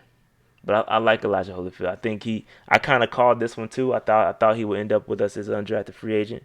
I actually thought Bryce. You did hit this one. I thought Bryce Love was going to too, but Elijah Holyfield, I definitely was targeting him as an undrafted free agent because I think he has a role here. I think he can carve out a role here, and I like this pick. I like this pick a lot. But there's a more important question that we have to ask here. What's that? What will Evander Holyfield do? Cheer for the Falcons? Falcons fan. Yeah. Yeah. He actually, I What think will he do? could have. Like he hit the dang on horn. When I went to the one Panthers game last year in Atlanta, he was there to pull that stupid annoying horn at the Yeah, that stadium. thing is terrible. So I'm like, what is his dad going to do? He's going to root for his son like I expect him to. So now we're going to see him in Carolina blue. He might make appearances in a couple games here and there. I think he'll end up. I think he may, if he doesn't make the Panthers team, I think he'll end up with the Falcons. The Falcons have a need for running back. I'm surprised he didn't end up there. I'm really surprised that he didn't choose to go to the Falcons. But he's making the team in Carolina, so I think he will too. Opportunity. I think he's gonna make the team too. I think he'll push Cameron Artis-Payne up out of here, and I think he'll push Elijah Hood up out of here. I think when Rivera spoke, Rivera Herney spoke early. They said they wanted a guy that has the same skill set as McCaffrey, and this is the guy. That's the guy that has the same skill set as McCaffrey. Fozzie's a free agent, but I think I think he will be what Fozzie was before he got hurt. So, this is my opinion. I think he's gonna make the team too. So next up we signed Corian Ballard.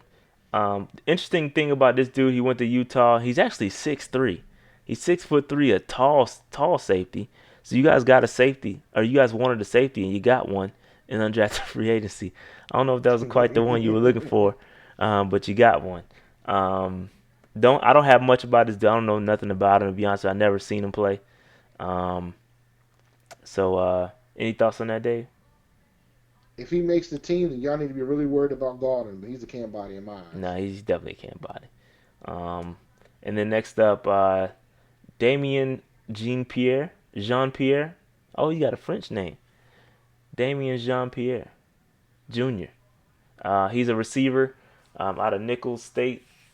Um, don't have. He's definitely not making the roster. I think he has some returnability. I think he led. I think he's the all-time receiving leader in Nicholls State in yardage. Nicholls State or So Nicholls College? Nicholls College. I think it's college, not Nicholls You State. know what's Nicholls funny? I found out about this school at work. There was somebody that were talking about they went to that school, so I looked it up to figure out how much it cost. So I was like, wow, this is a very expensive university. It's like 50. I think it's in Massachusetts. $53,000 to go to this school. Pretty expensive. Yeah, I don't know, man. But yeah, I don't know he's much another about it. body. It's all right. Yeah, can't body. So real quick, I wanted to quickly go through the correlation because I think what we talked about prior with the On the Prowl segment was that we were tracking the guys that we had interactions with, and I think it really correlated in this draft. Like it really correlated big time.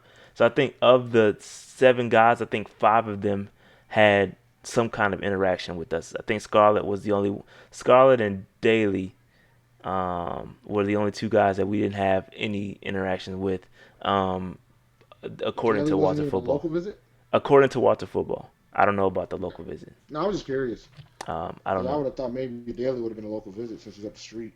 So Brian Burns, apparently listening to the press conferences, Brian Burns, we had way more interactions with Brian Burns than were, I guess, public.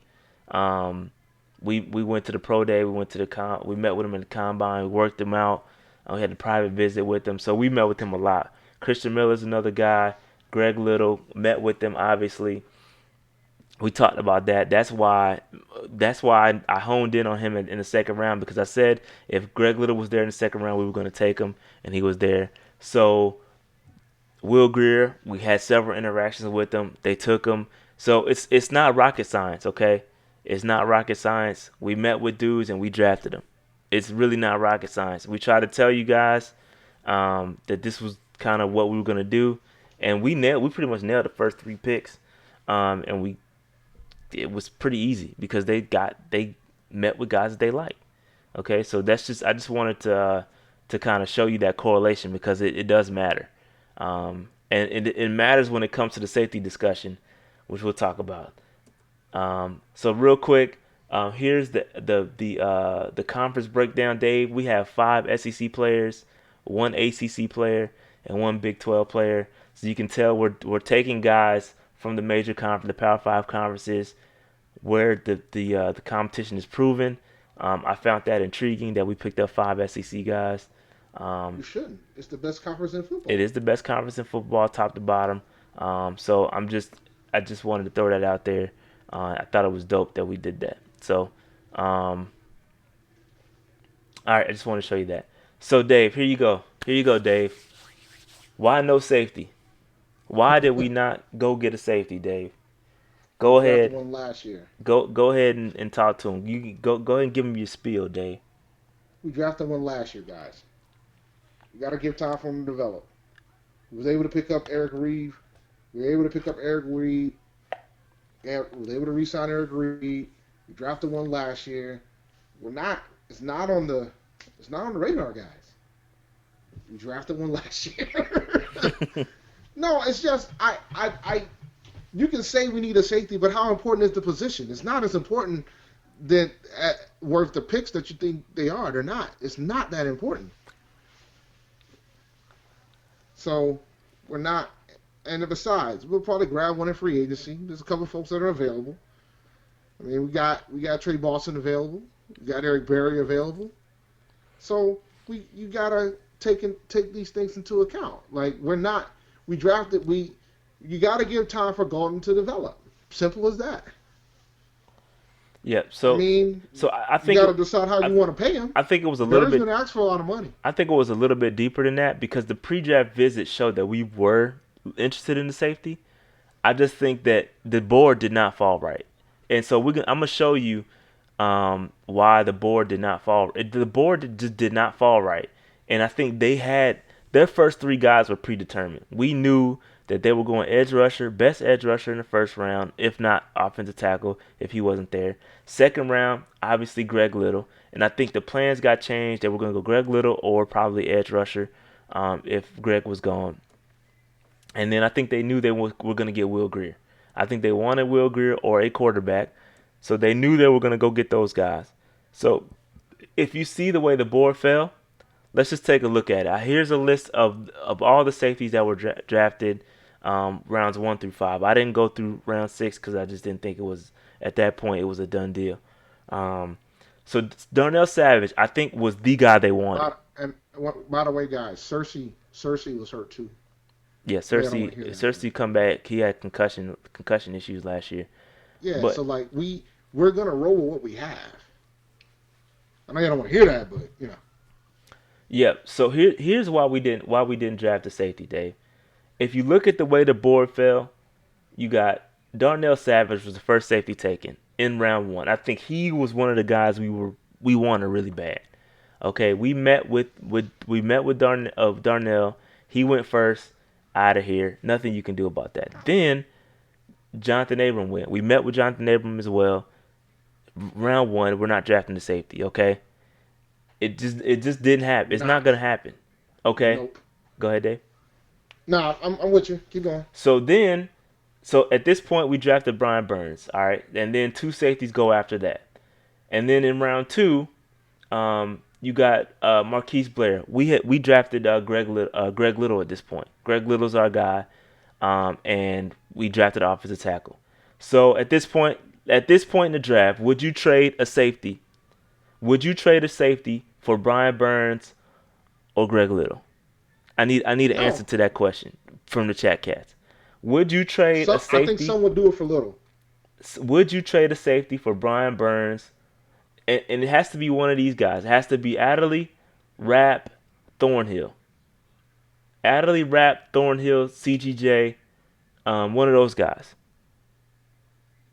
Okay? Yeah, I think some folks will probably pick Thornhill over Little. Then you're not smart. No, that's not fair. No, you don't. Because You mean to tell me you would draft a safety? I didn't say I would. I'm talking to the people. You would draft a safety over potentially taking a franchise left tackle? That doesn't make any sense. Yeah, but the thing is, somebody's saying, "Oh, I'll trade Will Grier." Will Grier was number 100. Exactly. So I'm getting there, Dave. I'm getting there, Dave. I'm getting there. I'm just taking it one step at a time. Okay? So at this point, I need to know a lot of no's. It's a lot of no's in there, okay? You're not going to trade. Where's Noe? I'm just saying. I want to hear Noe's answer. I'm just saying. At this point, you would not trade a safety for offensive tackle. So then it continues. The draft continues. Marquise Blair goes to Seattle. Adderley goes to Chargers in round 2. Rapp goes. There's a run. You see this run here? There's a run happening right now. Adderley gone, Rapp gone, Thornhill gone, all within four picks. 60, 61, 63. Those guys are gone. So then, all right, no safety. We didn't even interact with Will Harris, Quincy Williams, Mike Harris, and then after Mike Harris, we take Will Grier. Okay, so Will Grier's available. Will Grier's our guy. We could have went CGJ here. He was available, but we could have gone CGJ, but at the same time there was no interaction with him. There was no meetings with him. He was not on our board. I just don't think he was on our board. He was not on our board. That's just point blank how it went. So Marcus, if we would have kept the 77th pick, then that would mean we wouldn't have Little. That potentially we would not have Little. We potentially. I don't think he would have been there, man. And even if we had the 77th pick, we wouldn't have got none of those other guys. We wouldn't have got Adderley, Rapp, or Thornhill. No, we definitely wouldn't have gotten Rapp or Thornhill. We would have had to take the safety with the second round pick. So we wouldn't have gotten a left tackle, period. We wouldn't have. We wouldn't have had a left tackle, period. We wouldn't have had a good one. No, we would have had Daly. And y'all would have been screaming. Y'all would have been, because it fell pretty quickly after the line run. We wouldn't have had a left tackle, guys. And I don't have to ask the question of what's more important, the left tackle or safety when it comes to the NFL. So then, like if you rank the starting positions in the NFL, safety's close to the bottom. facts. Y'all don't want to say it, but I'll say it. It's near the bottom. Like it's just the way it is. It is near the bottom. So then, I know everybody keeps saying CGJ, but let me tell you something right now. God forbid if Cam gets hurt again, you ready for the Cal Allen show? Or if he can't start, you ready for the Cal Allen show? I'm not. I've seen it. So it's not fun. So Dave, here's the next question, Dave. Would you trade your potential backup to Cam Newton for CGJ? No. I wouldn't. I don't think I'm doing it either because I think it's a longer term play here. There's a long term play here with Greer, so I don't think I would have done it either. I think CGJ is solid. I like him. I like him a lot, and I thought. But here's the thing with me. This is why I have the issue. I know you guys are very irritated because he ended up going to the Saints, but here's the thing that bothers me about this whole ordeal. You're pretty much asking to do something that we already did last year. In my eyes, you're asking us to take a safety with the 3rd round pick, and we did that last year. We just need to develop the guy that we have. And that's another it's near the bottom, but you don't get all pro safeties don't grow out of trees. At one point, Eric Reed played at an all-pro level, so that's why you pay the guy. And we still got him cheap compared to what he could have gotten if he wasn't blackballed in the league, from the league. So that's different. But it takes time to develop a player like that. So, I mean... Yeah, if you want CGJ, then you don't wait to the 4th round to get CGJ. Like he's better than 4th round. He is the Saints got to steal. I'll give you that. The Saints got to steal. I just don't think he was on our radar. If we wanted him, the 4th round ain't happening. We would have got him before the 1st round. But you saw, like, the guys in bold are the folks that we talked to that was at the safety position. Is that correct? Say that again. The guys that are in the bold on this slide are the folks that we talked to, correct? Yeah, those are the bold. They were all gone. They were all gone. That's my point. So after that, that's my you point. knew we weren't going to go after somebody at that point. That's my point. That's exactly my point. All of the guys we wanted were gone. I think we wanted Savage. That's what I really think we wanted. We wanted Savage. But Savage went in the 1st round. We were going, and I wouldn't have been happy if we would have took a safety in the 1st round, and y'all wouldn't have been either. Yeah. Y'all would not have been happy. So I just don't. But now I know everybody's saying, well, CGJ is a better prospect than Gaulden. Gaulden's only been in the league 1 year, dude. If CGJ struggles with the Saints, we're all gonna be like, well, that could have been us. And they're like, well, you got to give him time to develop. Well, you got to give Gaulden the same courtesy. Yeah, I think Gaulden is going to be given a shot to either. It's his position to lose at this point, and I do think we're going to bring somebody in. I think that person we bring in is going to make y'all very happy. I just don't think the board. You can see it. You can see it visually that the board just did not fall our way. I think we had higher priority positions, and we addressed those positions, and we just couldn't get the safety. That's just what it is. And then, so that goes to my next. So would y'all rather? What pick did we pick? What number pick was Christian Miller? Because I'm taking Christian Miller over CGJ in the 4th round. 54, I think it was.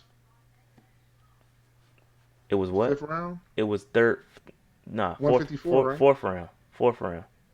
4th round. 154. I think it was still 154. So yeah, I'm still taking Christian Miller over. Either way, yes, I would take him over. Absolutely. Facts. So we couldn't get to him. We couldn't get to him. So I'm good. I'm good with the way it fell. It just didn't happen this year. I think we let Gaulden figure it out, or we let Cersei or some. I think we're gonna sign somebody, But I think we're gonna rock with it.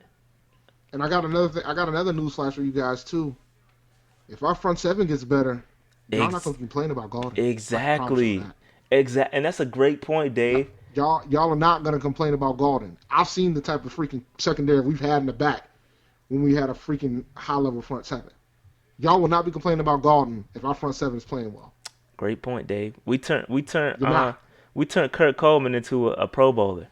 Yeah, like and now we don't. year. And you know what? We actually have a Pro Bowler back there now. A real Pro Bowler. An actual All Pro. Like, we don't have to manufacture it. We have one back there now. And now we might have a pretty good front seven in front of The him. secondary needs help, I agree, but it'll be helped by a pass rush. A pass rush solves a lot of our problems. I just know who's been back there. It's been. I mean, you look at that Super Bowl roster. That secondary was trash on paper. That secondary looked terrible on paper. You had one nice dude in Norman. Everybody else was garbage. Yes, so, Eric Reed made All Pro, man. He made All Pro when he was in San Francisco. That's why it was insane that he didn't get paid. It was insane. We know why he didn't get paid. Pass rush does more than help.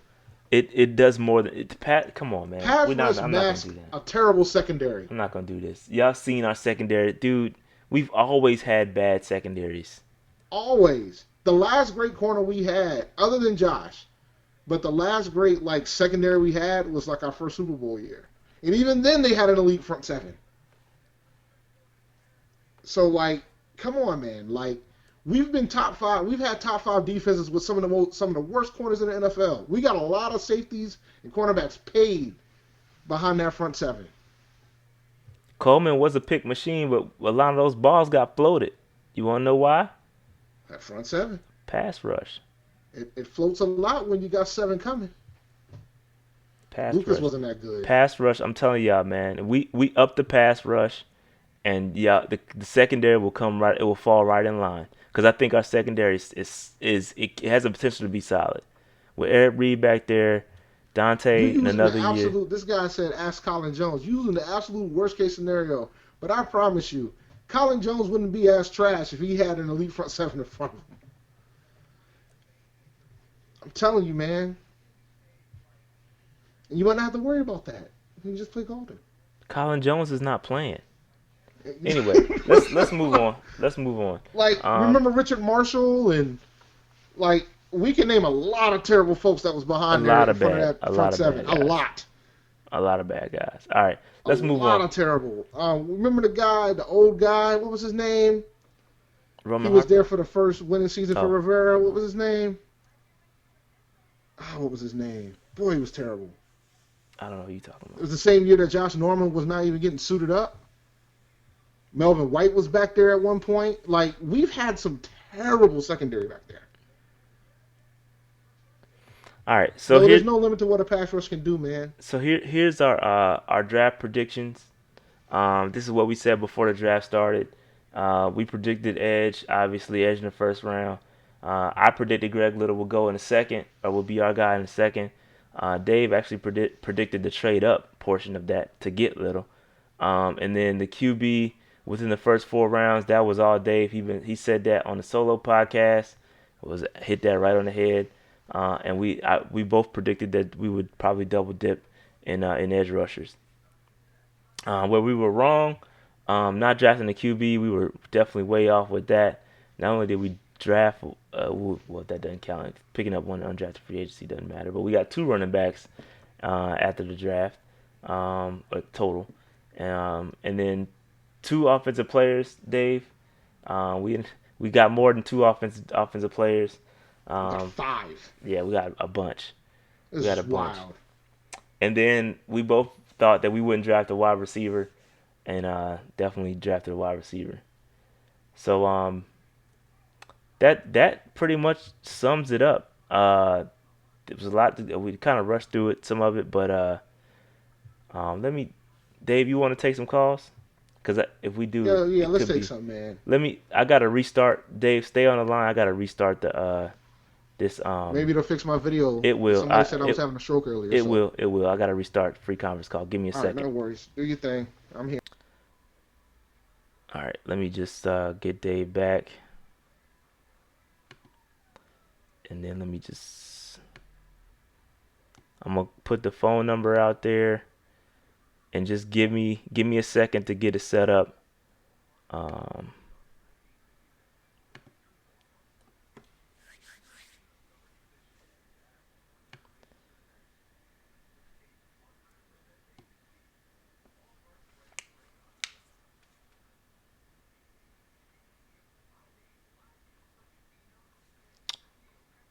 all right.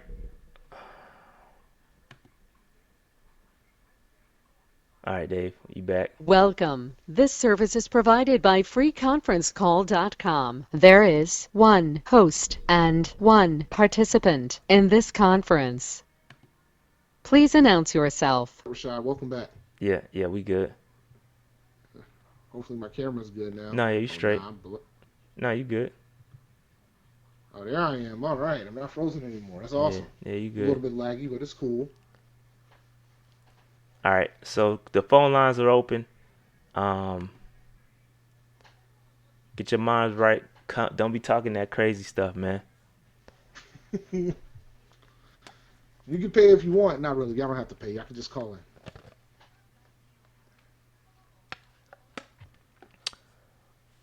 I ain't gonna leave them open too long. You see y'all nervous? Y'all nervous now? Nah, we good. See, I'll close them up. I'll close the lines up if nobody can call in. I'll give him a couple of minutes.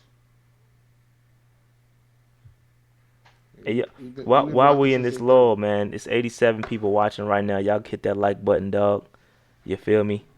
Hit the like We button. almost hit 100, man. We Yeah, was we at were at 102. 96.99. Yeah, it's open. The Yeah, number's up. we were at 102 at one point. Calls are Holy open. said he's calling in.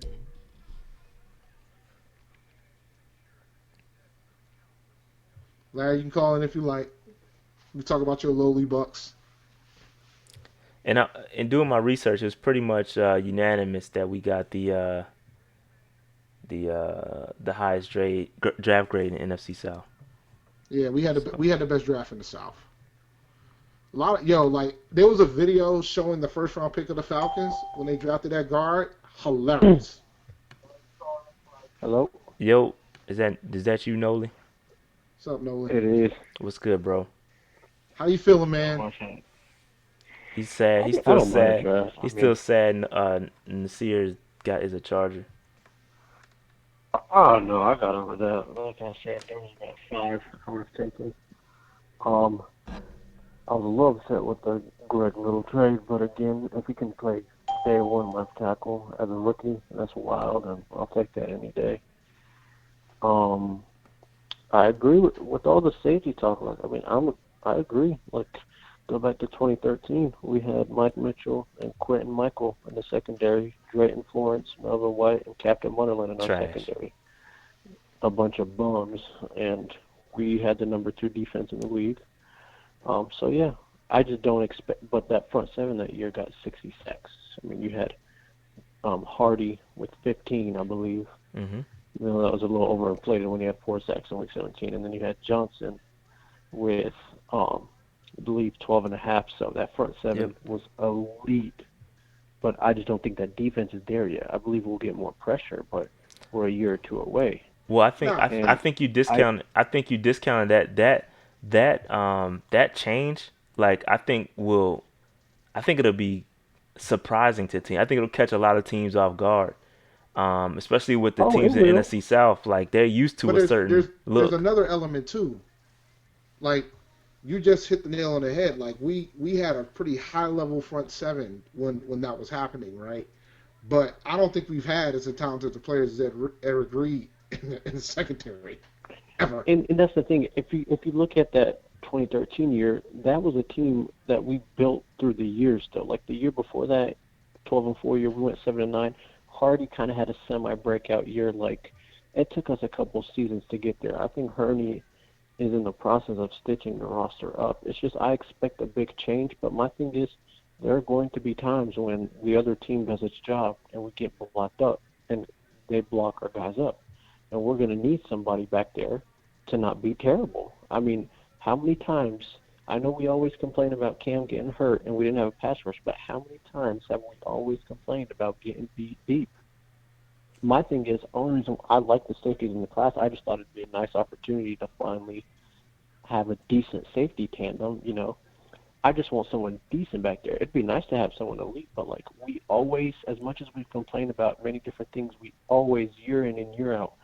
And even if you look at that 2013 year and 2015 year, so to say, there were many times we got beat over the top instances. It'd be nice to not get beat over the top. That's my thing. I want to get to the point where we also have an elite secondary to go with the front seven. You can still spend all your draft capital in the front seven, but you can call me crazy, but it's just eventually it'd be nice to put some high draft capital in the secondary as well. That's all I'm saying. I just think it wasn't a year. We had way bigger needs. I think we'll get to it at some point, but I just think I completely agree. we had way bigger needs. This year, yeah. Yeah, and that's right. Safety's on the bottom of the it's on the bottom of the totem pole, so that's fine. Safety corner, address the front seven, but going forward, all I'm trying to say is hopefully we can also build up that back end too, because it's Gallman's job to lose. Yeah, you're right, but he's more of a strong safety, and he's tested in the 4th percentile for athleticism. So, but we'll see. I'm for it. It's just I think we all agree on is that we have to get the pass rusher right, and we have to fix that because it was a dire need. And I think the safety position, as much as a lot of folks aren't happy with who we all have playing certain positions in the secondary in general, it's not dire compared to other positions. Oh no. So I agree. And I think for me it's more of all right. We kind of got to give Galton more time now. If Galton doesn't show any ounce of progress, the next year I'm all for it. We can go for it. We can go for the goal because I think we're building the front seven towards the conversion to 3-4 right now, and that's going to take a little bit of time. So. Oh yeah, absolutely, and I'm excited. I'm for it next year. I couldn't convince myself to do it again this year. Oh yeah, that's fine. I mean, like I said, we fixed what we needed to immediately, but hopefully, it all just depends how Rivera's as a play caller. But I know you got other people on the line. I'll talk to y'all next week. Appreciate you calling in. I know. No, I know what's good. Hey, what up? It's Jared. Yeah, Jared, what's up, man?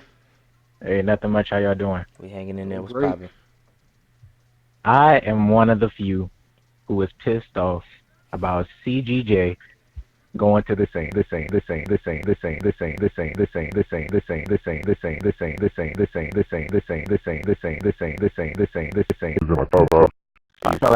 like it was BPA. Honestly, I felt like it was BPA. I would have passed on Greer and then possibly traded up later to get Jared Stidham because he had a private visit with Stidham. Yeah, but we would have gave up more because the Patriots wanted Stidham too. We would have gave up Dennis Daly and we would have gave up Terry Godwin. Yeah. Yeah. I could see that. I think most people don't even feel like Terry Godwin's going to make the team. I know he's not going to make the team. Yeah. I don't think he might. I don't think he's going to make. I think he's going to end up on the practice squad. I think the other 6 are going to probably make the team though. I do. I think everybody else that got drafted is going to make the team. I think you more so upset that he went to the Saints. No, I felt like he was BPA. Honestly, when he hit pick 100, I felt like he was BPA. But the thing is, Greer had a visit, and they didn't. I don't think they expected Greer to fall as far as he did. And Greer visited with the team, so I knew that we were going to take a quarterback within the first 4 rounds. Yeah, and I understand that. I don't think Stidham. If you're truly going to go BPA after what did he say after the 2nd round? No, he said BPA after the 3rd. No, he said it after the 3rd round. We were targeting those specific positions, and it landed that way. And again, it may get us in trouble. It may get us in trouble, and it may have gotten us. But I think CGJ, there is a reason why he fell so far. I don't know what that reason is, But And we don't you know The got only to reason I could think of is just the fact that he's been all over the field. He's been from free safety. He's been to the star position. I feel like it was just people not knowing where to actually put him. maybe that's the case. Maybe that's the case. Because I haven't seen anything as of late that came out like the whole Greedy Williams being high on himself or anything like that as far as CGJ goes. Listen, I get it.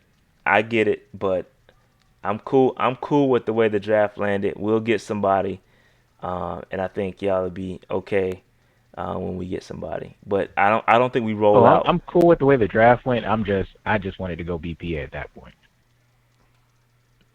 I'm So- just not high on Greer. That's all. Yeah, I know. Nobody wants to draft a quarterback when we already have a quarterback, but we really need to draft a quarterback. Oh, I'm for drafting in the quarterback. I'm just not for Greer. You're not a fan of Greer at all? I'm not a fan of Greer. Like, I've seen some of his film. I've seen probably at least 5 games, Okay. and I don't feel like Digging it. I'm just not a fan of him. I feel like we could have got the same thing if we would have drafted Jarrett Stidham later.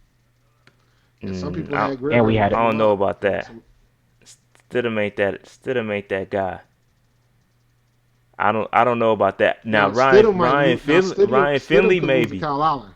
Ryan Finley maybe, but not Stidham. I'm not cool with Stidham. But I can see a theory with another quarterback, just not Stidham. Stidham is just another guy. In my The only opinion. reason I didn't mention Finley is because Finley went, I want to say, like Did he 5 go? picks after us. Yeah, I don't know when he went. I have no clue, to be honest with you. He went very close after we picked. Okay. I got you. That makes said sense something. then. That said something. But that's man. all I got, fellas. No, I appreciate you calling. Yep. Jared. Oh, no problem. Thanks, fellas. Yep. You got 919. 919, What's what's up, good? man? Hey, what's up? It's Maurice, man. Maurice was good, bro. What's up, fellas? What's up, man? Hey, listen, Maurice out of Fayetteville. Listen, man. Nah. How about that Haskins almost falling, man? I told y'all in the chat, man, Haskins was gonna fall, and everybody kept telling me, no, I was crazy. Haskins, man, if it weren't for the Redskins, Haskins would be a Panther, bro. Nah, man. You bugging. You bugging. Okay, all right, all Nah, right. you bugging. Okay. He would have All right. He would have been a Panther, man. Nah. He would have been a No Panther. chance. He would have been an inexpensive Panther Nah. because we would have picked him up. No chance, bro. Edge rusher was always Yeah, gonna we be would there. have. Nah, And then edge we would rusher have come back around. And we would have traded up, and we would have picked up Montez Sweat. Nah. We would have done that, man. And Nah. we would have had Hats no off to the first round Redskins pick. too for doing their thing, man. We did it. We got a good draft. I'm sorry. What'd you say? And we wouldn't have no first round pick for 2020. No, Right. no. We wouldn't have had it. No, it wouldn't have went down like that, man. Everything would have happened in 2019 picks, man. We wouldn't have given up 2020. If we're trying to go That's back not into what the I'm first one, I saying. have to. No, but the thing is, I think Haskins should have went to the Giants, but the Giants are incompetent. Gettleman is showing his. No, man. Well, that's Gettleman, bro.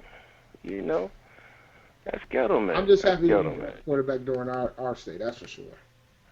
Well, you know what? The truth is, it's a good thing that Haskins did go to the Redskins because we would have had a problem. Because we wouldn't have gotten our DN in round 1 because we would have taken Haskins, man. Man, you That tripping, meant bro. too We much didn't even meet with the dude. Did we even visit with No, Haskins? we didn't meet with that dude. He was not We on our didn't meet with radar, him. bro. It wasn't happening. Nah. He wasn't on our radar. Nah, we might have traded out of that pick. Cause I think somebody would have gotten Froggy if the Washington would have passed. I really think that. Well, I hadn't thought about that. Yeah, we might have I think traded down. Yeah, We I might think have somebody would traded have been down. Froggy. And I would have been cool with we that would have too. traded down. We would have traded down. We would have traded back. You're right. I hadn't thought about that. We would trade it back. Yeah. We would have done because I think at We that got point. some more picks. Yeah, I think we would have been. Yeah, you're right. And then what probably would have happened, we probably would have got both Sweat and Burns if that was the case. If we'd have picked up another pick. And then would have come back around and probably got Miller too. But I think Herney did a great job, man. Hats off to Herney, man. 2.0 Herney is outstanding, bro. Yeah, he did To do get a good Greer, job. to get Greer, I'm sold, man. I'm sold. To get Greer, to get Miller and Burns and Little, that was masterful, man. That was great. And then to get Holyfield undrafted. I don't know, man. I wanted Rodney Anderson. I'm the guy that kept saying Anderson in the chat, but you know, I'm happy with Scarlett, man. I looked at film on Scarlett, man. Scarlett is a beast, man. Yeah, So he's solid. he did a thing, man. I'm pleased. I tell you what, though. I think Smith is out of here, man, and I think Cameron Payne is out of here too, because we got to pay these guys. And I know Smith is being hurt, but yo, this is the NFL, man. You got to go. But thanks for bringing Eric Reed. We appreciate it. But you know, you got to go ahead and pack up. It's time to go. Yeah, I don't know if Smith is out of here. I don't think so. I think he stays around, but I do think Cameron Payne is gone. He should have never got re-signed. Well, we got Ross. We got Godwin. We got my man from Maryland, DJ. We really didn't get a 6'4" guy, man. That's why I wanted Hurd. Yeah, we don't need one. I wanted Seals. Be fine. I wanted Large. So we didn't get a 6'4", but you know it's not. You know we could still probably get a 6'4". I don't know if Jalen Smith got drafted out of Louisville. There's still some 6'4s around, but it is what it is. What's that dude's name? Little something. He's still around. He was he went to the Saints. Oh, did he? Yeah, okay. He got picked up by the Saints. Little Jordan Yeah, Humphrey. Saints, man. Can't I think stand the Saints got him. But listen, man, y'all did a great job tonight, man. I enjoyed your presentation as always. All right. You did your thing. All right. That's all, Rashad. Yes, sir. Appreciate it. I just throw in inputs occasionally. Hey, man, y'all good team chemistry, man. I appreciate y'all. All right. Oh, no doubt. Appreciate you calling and viewing, man. Yes, sir. All right. Have a good one. Keep pounding. Keep all right. pounding. Bye. Yo, so we good? Last call for alcohol. Oh, No, that was it. that was it. We're going to shut it down. Yeah, I'm cool. I'm tired. That being said, Dave, you want to take us out? Hey, next week we'll open it up all the way. We'll open it up all the way next week and let y'all want to talk. Next week, man, I might be in your neck of the woods, bro. Oh well, let's talk then. We'll probably have to talk for a quick 5 minutes after the show. All right. So yeah. That being said, we out. We'll have probably. the audio? Say what? You don't have the closure? Oh, I do. I just want. Okay. So next week we'll probably open it up unless something crazy happens. I need these dudes to pick numbers, so I can order my jerseys. They have not picked numbers yet. The only number that's been released is Greg Little. He's wearing number 74. Nobody else has a number assigned to him yet, so waiting on that. So as soon as we get that done, be ordering some jerseys. But next week we'll talk. We'll talk. We got another call. Take it. Los May. What's up, man? What's up? What's going on, bro? I'm in? Yeah, you in? You live, pal. Hey, yeah, man. So, hey, it was good, Sean. It was good, Dave. We What's good, up, man. Hey, I want to talk about this grid pick, man. I know a lot of people didn't like the grid pick. I thought it was a good pick. I thought, looking at Cam, with his shoulder injury, I'm not sure he's gonna be fully healthy this year. I think Grid was a good pick. I don't know how long it's gonna take him to develop into a quality quarterback, but I think it was a good pick. I want to know what y'all think about the Grid pick. I like Greer. We talked. Go ahead, Dave. Nah, I'm cool with the grid pick. I think I think it's needed with Cam's shoulder. He's not throwing yet. It's a possibility he might not be ready, even though I think the coaching staff and I think the general manager thinks that he will be ready by week 1. But there's still that slight possibility that he might not be ready. And I don't want him coming in at 80%. I don't want him showing up at 90%.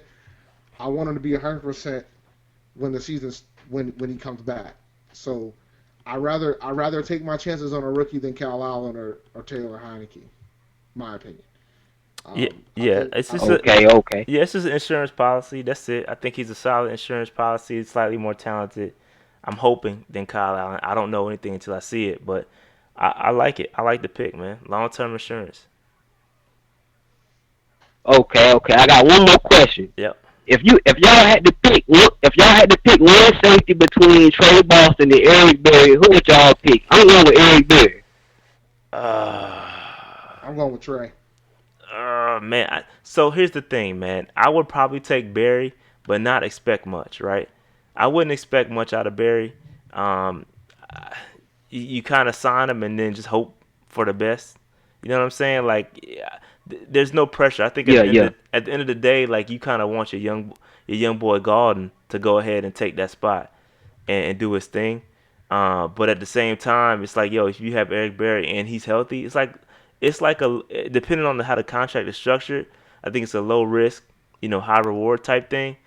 But I mean, you can't expect if you pick him up, you just can't expect to be all pro Eric Berry. He was. It's just you can't expect that. My thing is Berry has had trouble staying healthy. He's gonna want more money than what Trey Boston is gonna want. I don't know about that, Dave. No, I do. I think I can trust Trey Boston to at least be there. And y'all can call Trey Boston trash, but I'm pretty sure you guys will take him over Golden the way y'all kept saying y'all want to draft for safety. Nah, but I do. Okay. I'm just calling a spade a spade. Like, I mean, he's probably an upgrade over Golden based on what y'all are talking about. So, what everybody's saying. And he's playing pretty well for the Chargers. Trey's had a pretty good. Oh yeah. Go ahead. So. Okay. Go ahead. No, you go ahead. It's on you.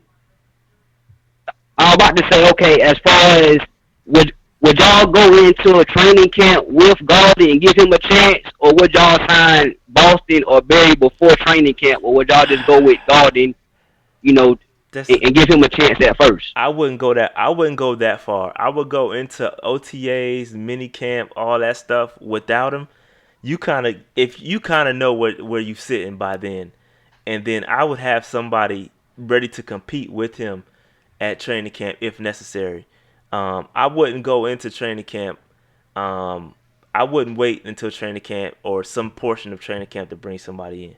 It need to be that determination should be made long before then. You should know exactly what you have. I mean, you should know. You should already know by then. You should already know. I mean, by now you should already know. In my opinion, I think they're gonna give him a chance, but I'm not going all the way into training camp without insurance policy. If they don't, if they think it's necessary, it should be done long before then. Okay. But I think it's up. What you think, Dave? What you think? No, I think we should. I want Galton to compete. So I want Trey Boston or Eric Berry there to give Galton some motivation.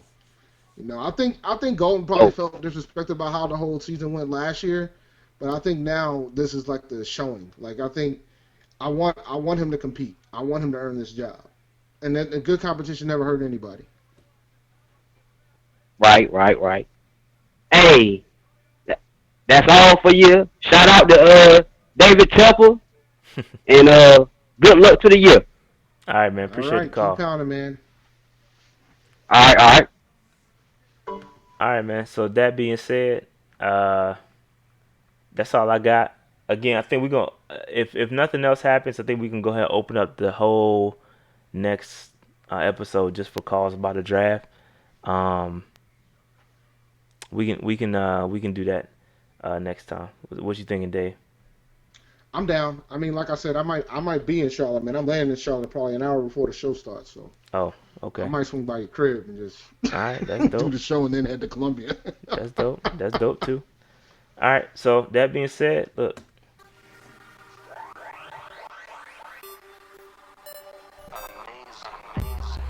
Thank you for listening to the Panther Nation podcast hosted by Rashad and David. Please subscribe to us on iTunes, Google Play, Stitcher, and our YouTube channel at Panther Nation Podcast. You can also like our Facebook page at Panther Nation Podcast. While you're at it, follow us on Twitter at Panther Nation PC. And always remember, keep pounding.